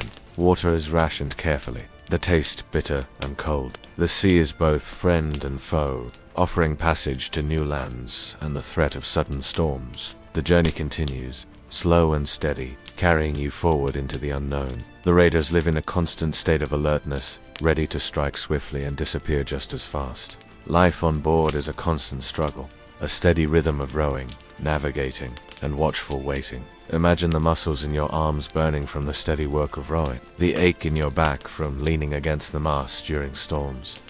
At night, the cold deepens, and the ship rocks gently on the waves. But beneath the violence lies a complex code of honor and survival. Each man is bound by loyalty to his chieftain and crew, knowing that the strength of the group is his shield. This is the world of the Viking raider, one of endurance, hardship, and relentless purpose. On land, the raiding parties move with calculated speed, striking villages and monasteries with brutal efficiency. Imagine the quiet moments before battle, the tensed silence, the steady breathing, the whispered prayers to Odin for courage and victory. This life is unforgiving. The dangers are many, from storms at sea, hostile lands, disease, and the constant threat of death. Imagine the rhythm of this existence, long days of toil and travel, punctuated by brief, violent bursts of action. And yet, amid this relentless life, there is a deep connection to the sea and land, a sense of belonging to something vast and enduring. You breathe deeply, feeling the cold air fill your lungs, the steady beat of the oars echoing in your mind.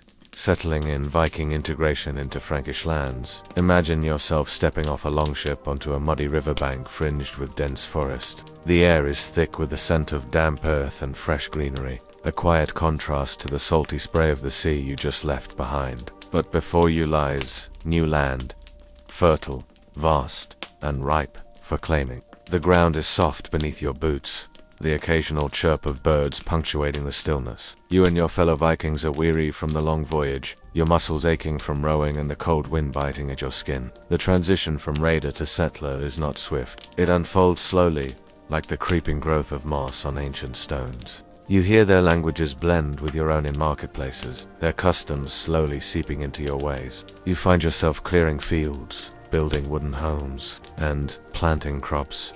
Activities far removed from the swift violence of your past raids.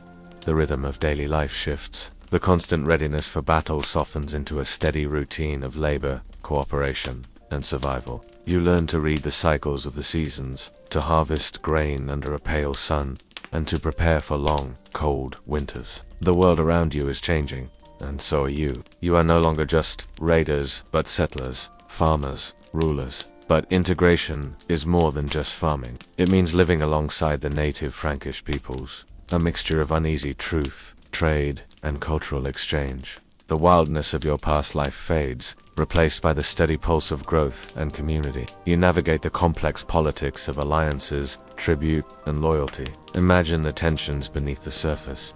Memories of raids, fears of new conflicts, but also moments of shared laughter, common meals, and marriages that bind families together. The local lords watch you cautiously, sometimes with suspicion, sometimes with grudging respect as your settlements grow stronger. You begin to adopt new customs, the Frankish legal codes, Christianity slowly making its quiet entrance, new forms of dress and craftsmanship. The old Norse gods remain in your heart, but the shape of belief shifts subtly, like shadows lengthening at dusk. Imagine the long days spent forging tools, training your young ones, and building fortifications to protect your new homes. You breathe in the fresh, earthy air, feeling the sun warm your back as you work the land. The transformation is not loss but evolution, a weaving of new threads into the tapestry of your identity.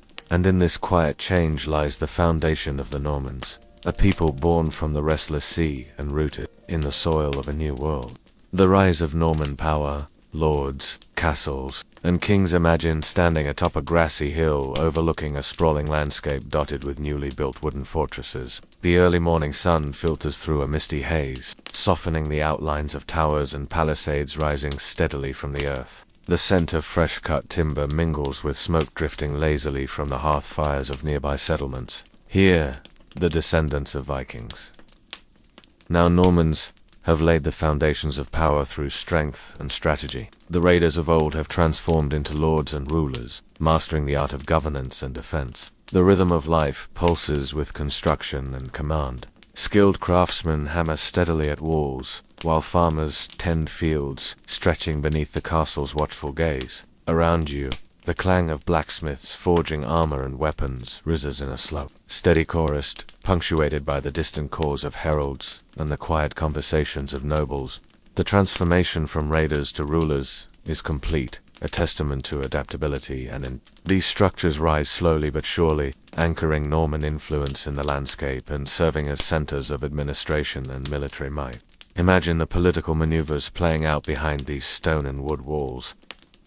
Alliances forged by marriage, lands granted for loyalty, and battles fought with careful calculation rather than reckless fury. The Normans learned to wield power with a measured hand, balancing force with diplomacy. The building of castles, symbols of authority and protection, marks a shift from the fleeting raids of the past to lasting dominion. Imagine the daily routines within a castle's walls. The steady clatter of servants, the measured pace of knights training in courtyards, the scent of bread baking in the kitchens. Lords preside over courts, dispensing justice with a firm yet fair hand, their decisions echoing across the lands they govern. The Normans embrace new customs and laws, blending their Viking heritage with the cultures they have absorbed. This fusion creates a unique identity, rooted in both the fierce independence of the North and the structured order of medieval Europe. You breathe in the crisp air, feeling the solidity of the earth beneath your feet and the steady heartbeat of a growing realm. In the quiet moments between the clamor of construction and governance, you sense the weight of history pressing forward.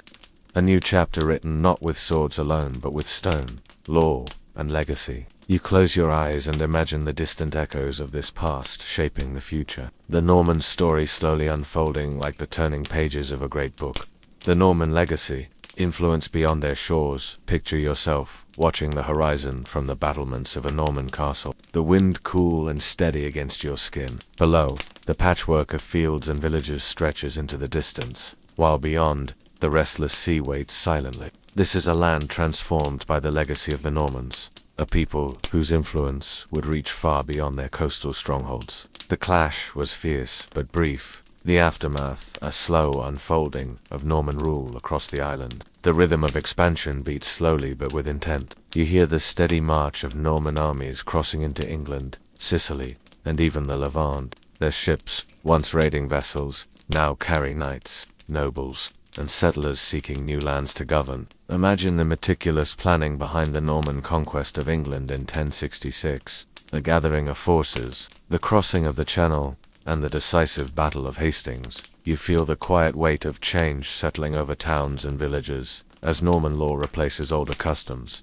Castles rise across the landscape, and the culture blends in subtle, enduring ways. Beyond England, Normans carve out kingdoms in southern Italy and Sicily, navigating a complex tapestry of cultures, Latin, Byzantine, Arab, each interaction adding layers to their identity. Imagine the blending of architectural styles, the exchange of knowledge, and the slow weaving of Norman influence into the fabric of Mediterranean life. The Normans' reach also extends to the Crusades, where they take part in distant battles.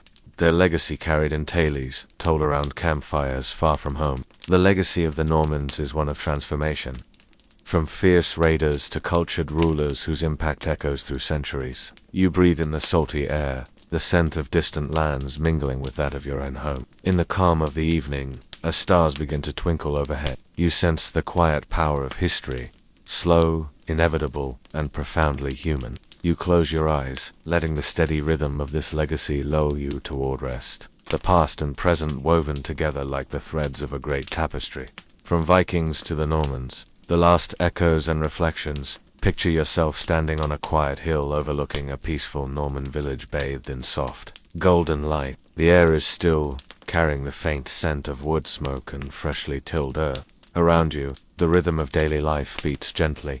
The steady clucking of chickens, the distant murmur of voices, the slow rustling of leaves in a gentle breeze. This moment feels far removed from the fierce raids and restless voyages of the Viking past. Yet the echoes remain woven into the fabric of the land and its people. The Normans, once seafarers and raiders, have settled into a new identity, one of rulers, builders, and cultural bridges. It whispers through history as a reminder that identity is never fixed, but a constant weaving of past and present. Imagine the quiet strength in this transformation, the adaptability, the resilience, and the willingness to embrace change without losing the core of who they were. The story of Vikings becoming Normans is one of endings and beginnings, a slow, steady journey from turmoil to tranquility. The Norse gods may have faded into memory, replaced by new faiths and customs, but the spirit of courage and endurance endures. The past is never far away. It watches quietly, a silent guardian of stories told and yet to be told. The legacy lives on, not only in stone castles and royal lineages, but in the very soil, language, and traditions of the regions shaped by Norman hands. You breathe deeply, feeling the calm pulse of this land beneath your feet, the steady beat of countless lives lived in quiet strength. As the sun dips lower, casting long shadows across the fields, you will close your eyes and let the gentle rhythm of history soothe your mind. You drift toward rest, wrapped in the comforting embrace of a legacy that is both fierce and gentle, wild and grounded, a testament to the enduring human spirit. The Viking winter, surviving the dark months and more long night. Entering the Viking winter, imagine yourself standing outside a small Viking settlement as the sun dips low on a late autumn afternoon. The air is crisp, with a biting chill that seeps into your bones. The faint smoke of hearth fires drifts lazily from wooden homes, mixing with the scent of burning peat and pine. The ground beneath your feet is hardening as frost begins to creep over fields and riverbanks. It is a season that tests body and spirit alike, where survival depends on preparation, resilience, and the steady pulse of community. The sky above is a dull gray, heavy with thick clouds that promise snow. Around you, the last leaves cling to skeletal branches, rustling softly in a cold wind that carries the distant howl of wolves. This is the threshold of the Viking winter, a time when the rhythm of life slows, the land seems to hold its breath, and darkness grows longer each day. The world contracts, drawing people closer to their hearths and to each other in a quiet, tense endurance. Imagine the weight of this long night settling over the landscape, a constant companion filled with cold, shadow, and silence. As you breathe in the frosty air, you begin to understand a profound challenge this season posed to Vikings. A challenge not just of weather, but of isolation, scarcity, and the slow passage of time. It is here, in the quiet dark, that the true character of Viking life reveals itself. The Viking winter is more than a season. It is a test of human endurance, a slow dance with nature's harshest rhythms. You settle into the stillness, letting the slow, steady beat of winter guide you deeper into their world. The sensory and psychological experience of long winters. Imagine yourself waking to darkness, not the velvet dark of midnight, but the pale, smudged gray of mid-morning in the middle of a Norse winter. You remain wrapped in layers of wool and fur, but the cold has long since seeped into your bones. Your hands are stiff, your nose numb. This is morning, and it's hard to tell it apart from the night. A constant gloom blankets the settlement, making it difficult to distinguish morning from afternoon, work from rest, even dream from waking. The shadows linger long, and so do the silences. Your breath fogs before you in the air, indoors. The elders sit close to the fire, telling stories half to entertain and half to hold off the dark. You speak less, listen more. The winter teaches patience, endurance, and the importance of community. But for the Vikings, it had no name, only a familiar heaviness. Feasts are timed with lunar cycles, or the turning of the season, not because of abundance, but because of necessity. You must remind yourself that time moves on, that spring will come, even if you cannot see the sun. An invisible presence that pressed down like the snow on the roof. The small joys, the sound of laughter breaking the stillness, the warmth of a fur-lined cloak fresh off the firestones, the scent of fresh bread made from the last of the grain, the way candlelight flickers against polished bone and carved wood. These moments, though quiet, are precious. anchors in the long night. No one survives alone. Shared meals, shared warmth, shared silence. These are the cornerstones of life in the Viking winter. Time becomes cyclical, the days repeating with only minor variations, like footsteps worn into the same patch of snow. The sky above is low and colorless, giving the land a sense of timelessness, as if the world itself has paused. The return of light is not taken for granted. It is greeted like an old friend long missed. Only the occasional snap of a branch under the weight of ice, or the groaning of trees in the wind, reminds you that time still moves forward. Slowly, the air is thick with the scent of drying fish, tallow smoke, unwashed wool, and the earthy odor of damp wood. The chores don't stop just because the world is frozen. You must still mend clothing, maintain tools, tend the animals huddled in the byre, and ration out what little food you've stored. Every motion is deliberate. Every resource must stretch. It's not unpleasant, just present, always. The hearth has long since cooled, and only a few embers glow faintly beneath the heavy stone mantle. The wooden walls of your longhouse creak as the wind presses against them, a constant moan that rises and falls like some distant creature pacing just outside. Outside, there is only white snow lies thick and still, muffling every sound. Footsteps vanish as quickly as they appear. The daylight hours are few and dim. Even at midday, the sun rarely rises far enough to cast real light. Inside, the longhouse feels close and heavy. Smoke from the hearth settles low, clinging to the thatched ceiling and soaking into every fur and cloth. Imagine the rhythm of your days. Slow, repetitive, and anchored by simple survival. The children grow restless, their games quieter and less frequent. And yet, beneath all of this, there is a quiet strength. The isolation can weigh heavily on the mind. The lack of light brings not only fatigue, but a creeping melancholy. What today might be called seasonal depression. To fight it, there is rhythm. The repetition of chores, the telling of tiles, the ritual of meals, all serve to structure the long darkness. Imagine too, and when, finally, the first signs of thaw arrive, the drip of snow melting from the eaves, the sudden call of a bird returning from warmer lands. It feels like a miracle, but for now, the darkness remains, and you learn to live with it. Slowly, quietly, one breath at a time. The winter that nearly broke them. A season of crisis. Imagine a winter that does not end when it should. The sun remains low, the winds cut sharper than usual, and the snow arrives early, thick, relentless, and crops that once stood in golden rows are flattened and drowned before they can be harvested. These winters came more than once. Years historians would later call famine winters, where the Norse calendar sagged under the weight of nature's cruelty. One such winter, in the late 9th century, is spoken of in sagas and buried beneath archaeological layers of animal bones and discarded household goods. A time when meat was no longer preserved, it was devoured, when grain stores emptied before midwinter had even passed. Smoke drifts listlessly from longhouse roofs as the people inside burn anything that will catch. Not just wood, but old tools, cracked shields, the remnants of abandoned boats. The meals grow smaller, thinner, a bit of broth here, a hard crust of bread there. The world becomes smaller each day. A single room, a single fire, a single heartbeat of survival. Families share their dwindling stores, bind each other's wounds, repair broken garments together. In the firelight, even hunger softens for a moment. This is not just a winter, it is a reckoning. It begins with a single drip of meltwater, a robin's song heard faintly at dawn. Survivors step into the pale sunlight blinking like cave dwellers. The fields must be reseeded. Graves must be dug. Life resumes, haltingly. Hunger gnaws constantly, a quiet companion at every hour. Children cry softly in the night. Elders pass away quietly in their sleep. The old skalds whisper that Ragnarok feels closer during such winters.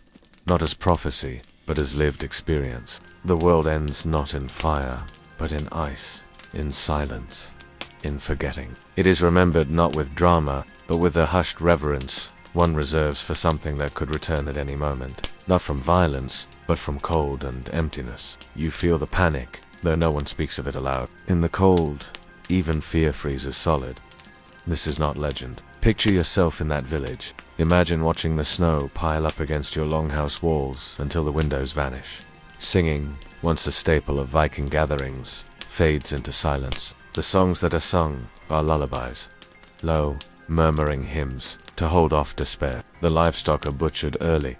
not for meat, but because there is nothing left to feed them. Horses, sheep, and goats are reduced to bones and boiled hides. The iron they contain is of no use when there is no bread to cut or field to till.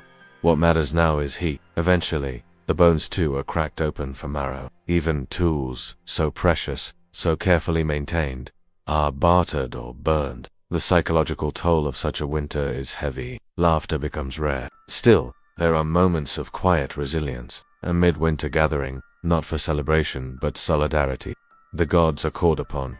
Odin for wisdom, Thor for strength, Freya for fertility and renewal.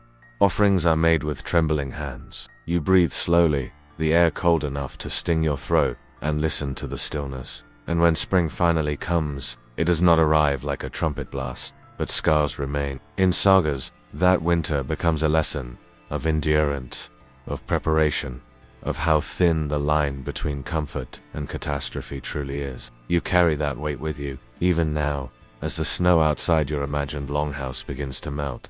Shelter in the storm. How Viking homes were built for winter. Imagine stepping into a Viking longhouse on a frozen winter night. Outside, the wind howls like a distant animal, battering the turf-covered walls. The air is thick with the scent of burning wood, damp fur, animal musk, and the lingering smell of cooked porridge. And preserve life in a world that would rather see you buried under snow. Snow crunches beneath your feet as you cross the threshold, then vanishes into silence as the thick wooden door thuds closed behind you. Grass still grows faintly on the roof in warmer months, but now it lies dormant under a thick crust of frost. Gaps are packed with moss, wool, or mud. Anything to seal the drafts. This is not architecture for beauty, it's for breathing. Oil lamps sputter faintly, their flames wobbling as drafts sneak in through unseen cracks. The glow reveals carved wood panels, not for decoration, but for memory. Their presence adds to the smell and the noise, but also the sense of life. In a world locked under snow, even the cluck of a hen is comforting. The shared fire, the muttered prayers before bed, the quiet sound of breath and sleep. This is not luxury, but it is enough. You feel the steadiness of the place, a kind of calm forged from necessity. Runes mark family stories, ancestral names, prayers to the gods. Woolen tapestries hang along the inner walls, not as decoration but as insulation. Everything is functional. Everything is deliberate. The sword insulates better than timber alone, keeping the precious warmth trapped inside. Every item measured, every ration counted. There is no room for waste. The winter is watching. It holds the light when the world forgets how. Inside, it's dim and smoky, but warm.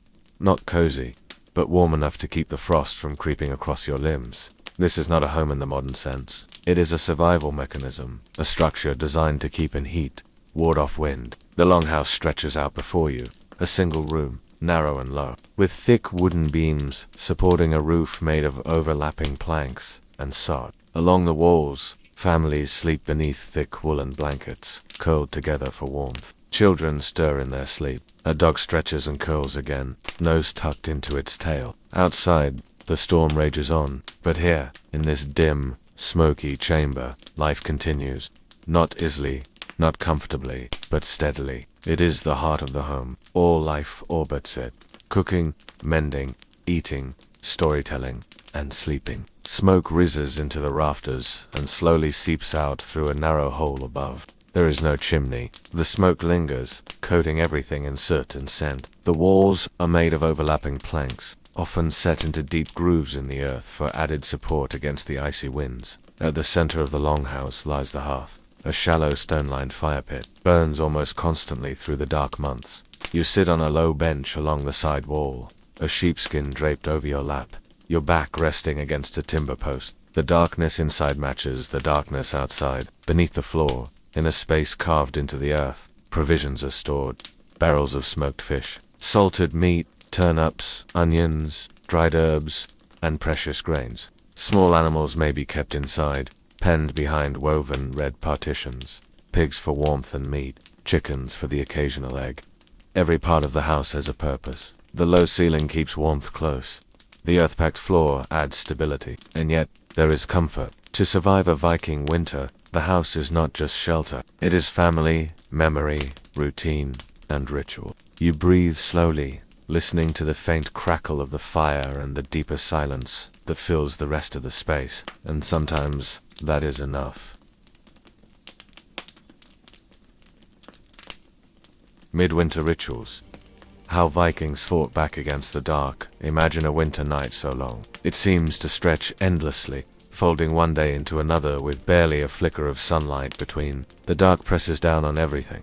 On your spirit, your memory, your sense of time. But you're not alone. Around the fire, your kin begin preparing for the old midwinter festival that reaches deep into the bones of Norse culture.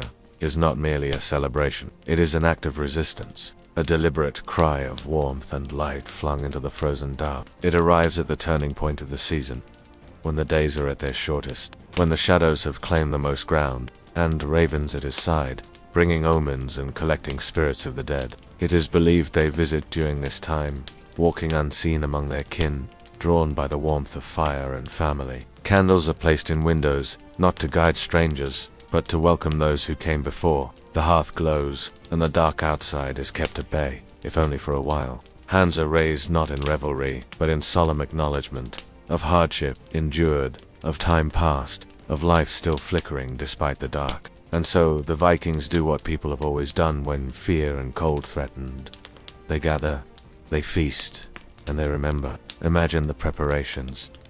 The scraping together of remaining stores, dried apples, honeyed mead, bits of pork or venison, and flatbread baked on stones. The songs echo faintly in your ears. Outside, the dark is still vast and cold, but inside, something has shifted. The people have remembered who they are, not just survivors of the cold, but keepers of tradition, holders of stories, and children of gods who knew how to outwait the night. Not a lavish banquet, but a communal one. It's not the amount of food that matters, it's the act of sharing. But with memory, ritual, and the quiet certainty that winter always breaks, and light always returns. On the 13th, the celebration fades, the fire burns low, the people return to their routines, but the memory of light remains. Extra lamps are lit, casting a warmer glow than usual. Pine boughs and woven straw ornaments decorate the rafters. Carved figures of gods and ancestors are placed near the hearth, their wooden eyes watching silently as the people prepare. The longhouse is swept clean. The centerpiece of this ritual is the Yule log, a great piece of wood saved for this purpose alone. Laughter returns, even if faintly. Songs are sung in slow, melodic tones, not loud or rowdy, but low and rhythmic, lulling, ancient. Their verses speak of survival, of gods wandering through snow-covered forests, of wolves and stars and the return of the sun. It's placed carefully on the hearth, lit with fire from the previous year's embers, and allowed to burn for days. As it smolders, it carries with it wishes, prayers, and ancestral remembrance. Its smoke curls up toward the gods, a soft offering carried into the rafters. You can feel the shift in energy. Children sit wide-eyed as stories are told. Tales of Odin riding across the sky during the wild hunt. His wolves is also a time of remembrance. Ancestors are honored, their names spoken aloud, their deeds recalled, their places set at the table in spirit. Ritual drinking follows. Horns of mead are passed, each sip a toast to gods, to ancestors, to the coming spring. For 12 nights, these customs continue, each evening a quiet defiance against despair. You sit close to the embers now, their warmth seeping into your skin. This, more than anything, is how the Vikings fought back, not with weapons. The Thou, how spring changed everything. It does not come all at once. The first sign of spring in a Viking world is not a bloom or a breeze. It is a sound, a slow, steady drip. Snowmelt slipping from the edge of the roof, a patch of brown earth showing through a white crust, a trickle of icy water winding through the frozen ruts outside the longhouse. A few root vegetables stored in dirt-lined pits are brought out and divided carefully. Dried herbs reappear in the broth. The last of the honey is used to sweeten the drink offered in thanks, not for survival, but for renewal. A woman shakes out stored seeds, inspecting them by firelight, planning their rows and patterns. The rhythm of winter is replaced by a different one. Faster, brighter, urgent, but joyous. The scent of wet linen, smoke, and thawed earth drifts through the settlement like a kind of music. The land begins again. The people begin again.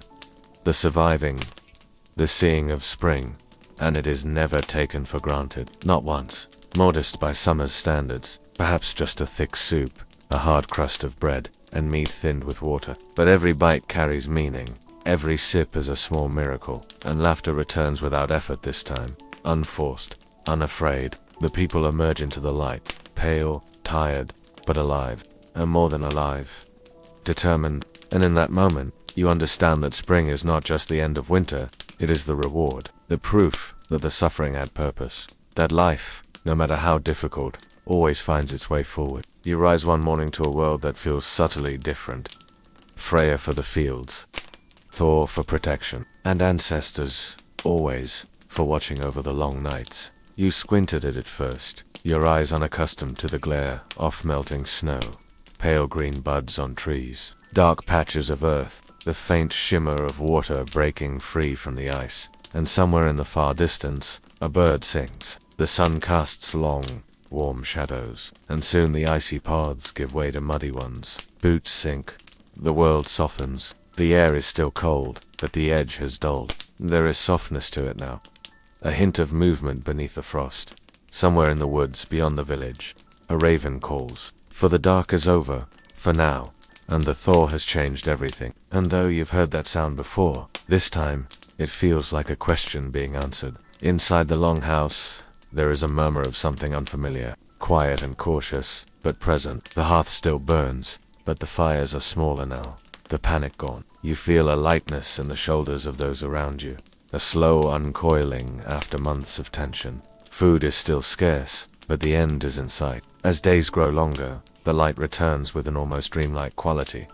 Chickens cluck more boldly, goats bleat in the sunlight, the pens are cleaned, the tools re-oiled, the broken parts mended with hands no longer cracked from frost. Imagine the first steps into the thawed fields, a man walking the boundaries of his land, probing the soil with a wooden staff, looking for signs of life. You feel the tension of the cold months release as animals are led from shelter, their legs stiff, their movements tentative but eager. Clothes are washed and hung to dry on lines for the first time in months. This is more than a seasonal change. It is a reset, a ritual as old as the North, and you realize, for all the hardship, the cold, the long nights of hunger and silence, this moment was always the goal.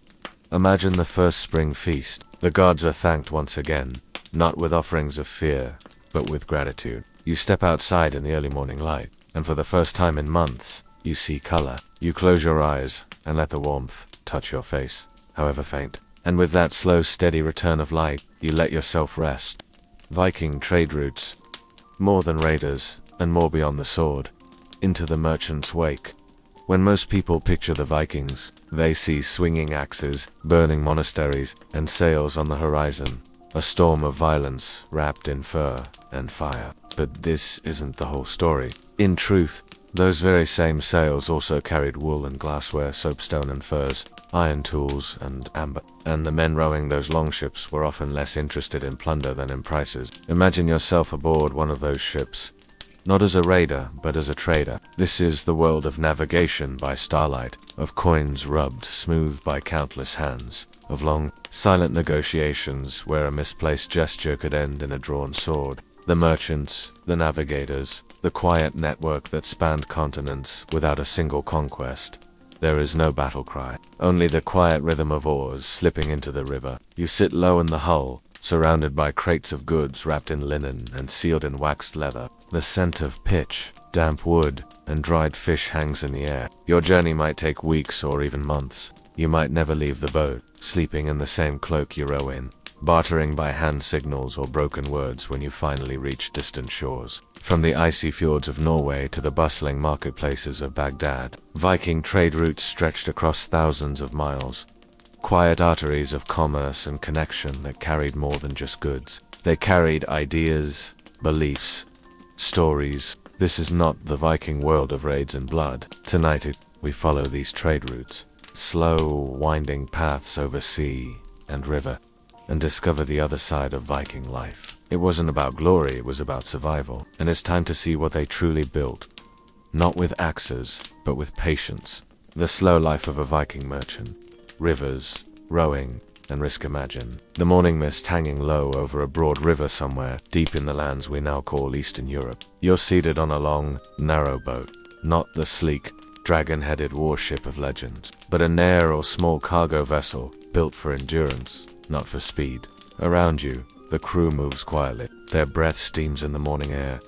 There is no singing, no shouting, just the creak of timber and the soft splash of oars breaking the surface. This is the life of a Viking trader.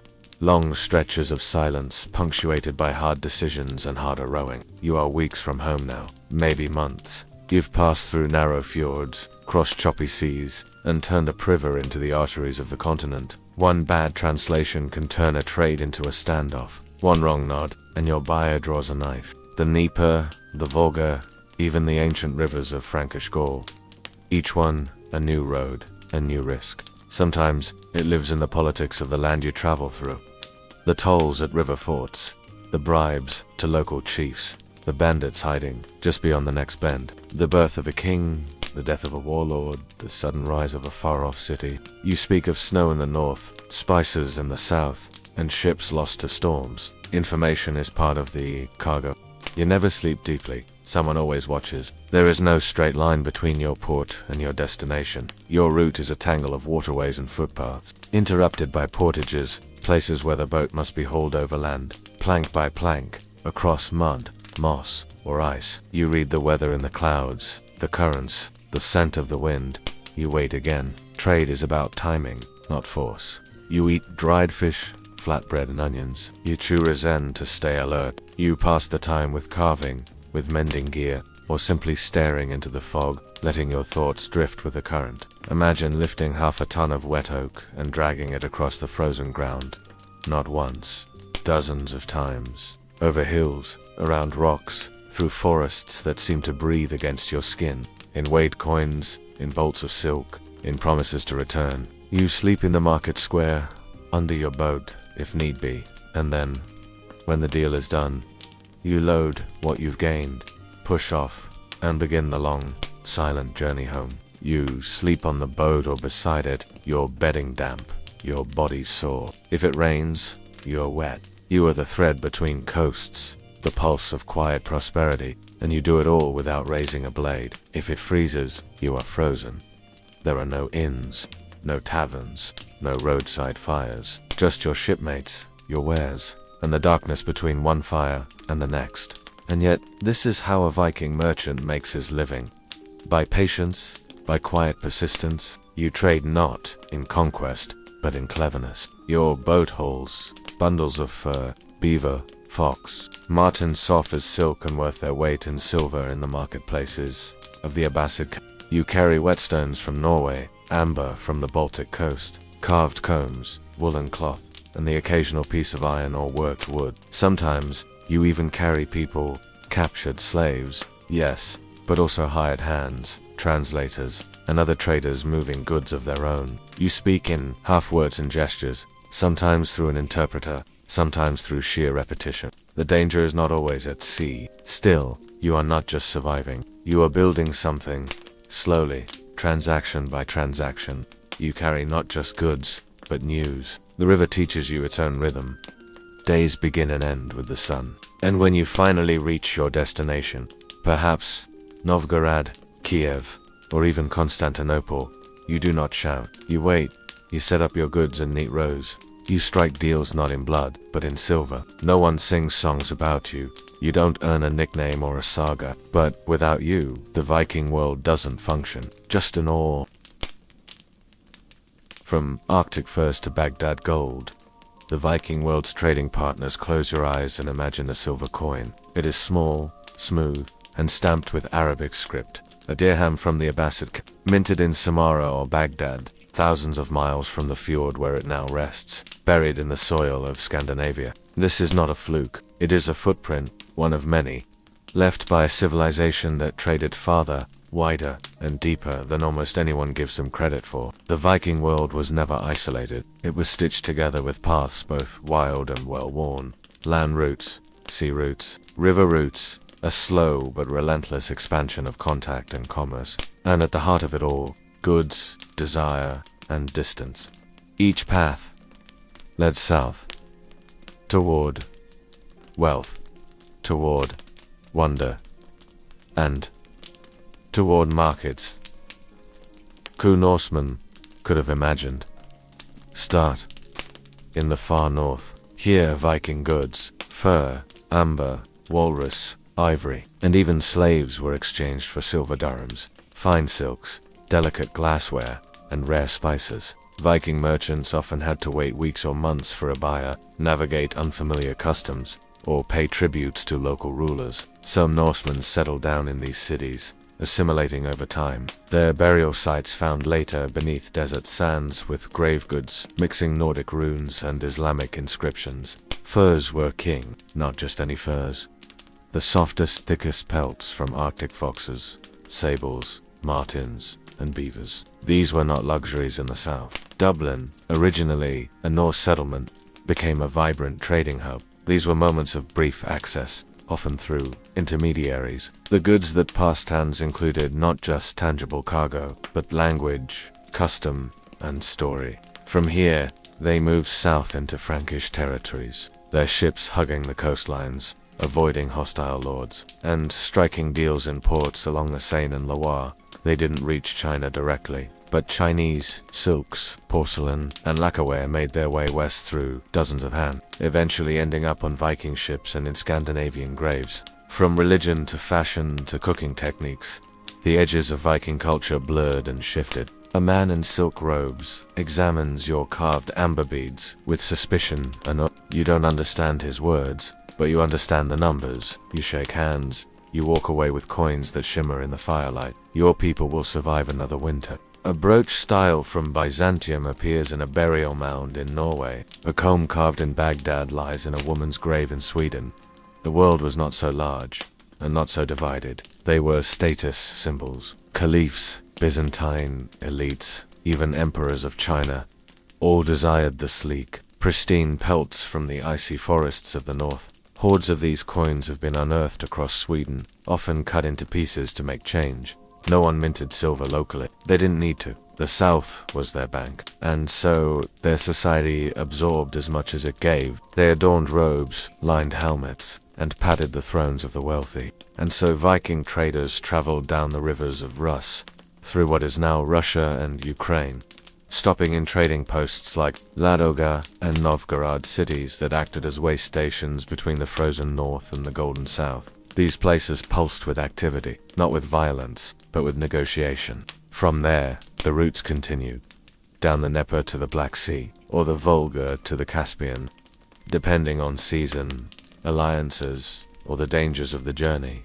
The destination, the bustling cities of the Islamic world, Baghdad, especially in the 9th and 10th centuries, was the beating heart of global trade, a glittering metropolis of scholars, merchants, spice sellers, moneylenders, and craftsmen. But these weren't quick, easy trades. Meanwhile, to the west, Viking traders reached the British Isles and Ireland, not only as invaders, but as merchants. Further still, they touched Iberia, Muslim, Al-Andalus, and even glimpsed North Africa. These were not conquests. And let's not forget the East again. The Silk Road, brushing its edge against Viking trade. It wasn't just what they brought home. It was how those goods changed their homes. By the 10th century, silver dirhams became so common in Scandinavia that local economies began to run on them. Even ideas traveled with the trade winds. Vikings were, after all, practical. If a god, garment, or gold weight worked, they used it in this quiet economy of motion. Violence was the exception. Patience was the norm. Imagine yourself at a market stall in a place you can't even name. The air smells of foreign spice. No raid could have earned as much. Trading post to town. How markets shaped the Viking homeland. Picture the edge of a Scandinavian shoreline around the 9th century. Mist hangs over the water like a half-formed thought. The trees press close to the beach, and the only sound is the distant call of gulls. Then, faintly, comes the clink of metal, the low murmur of barter, and the soft scrape of hulls against wet sand. You've arrived at a Viking trading post. At first glance, it's hardly a town. A few timber buildings near the waterline, some cloth-draped stalls, a blacksmith hammering beside a driftwood fence. But spend a day here, and you'll see the rhythm underneath. Boats come and go, goods change hands, names are remembered, trust and profit begin to accumulate. Some traders came from others crossed the Baltic or arrived by sea, bearing silk, spices, or silver from faraway lands. This is how Viking towns were born. Places like Hidibi Rib, Burka, and Kupang started not as cities, but as seasonal markets, temporary gatherings of traders, locals, and travelers who met to exchange goods under the brief sun of summer or the grey light of early spring.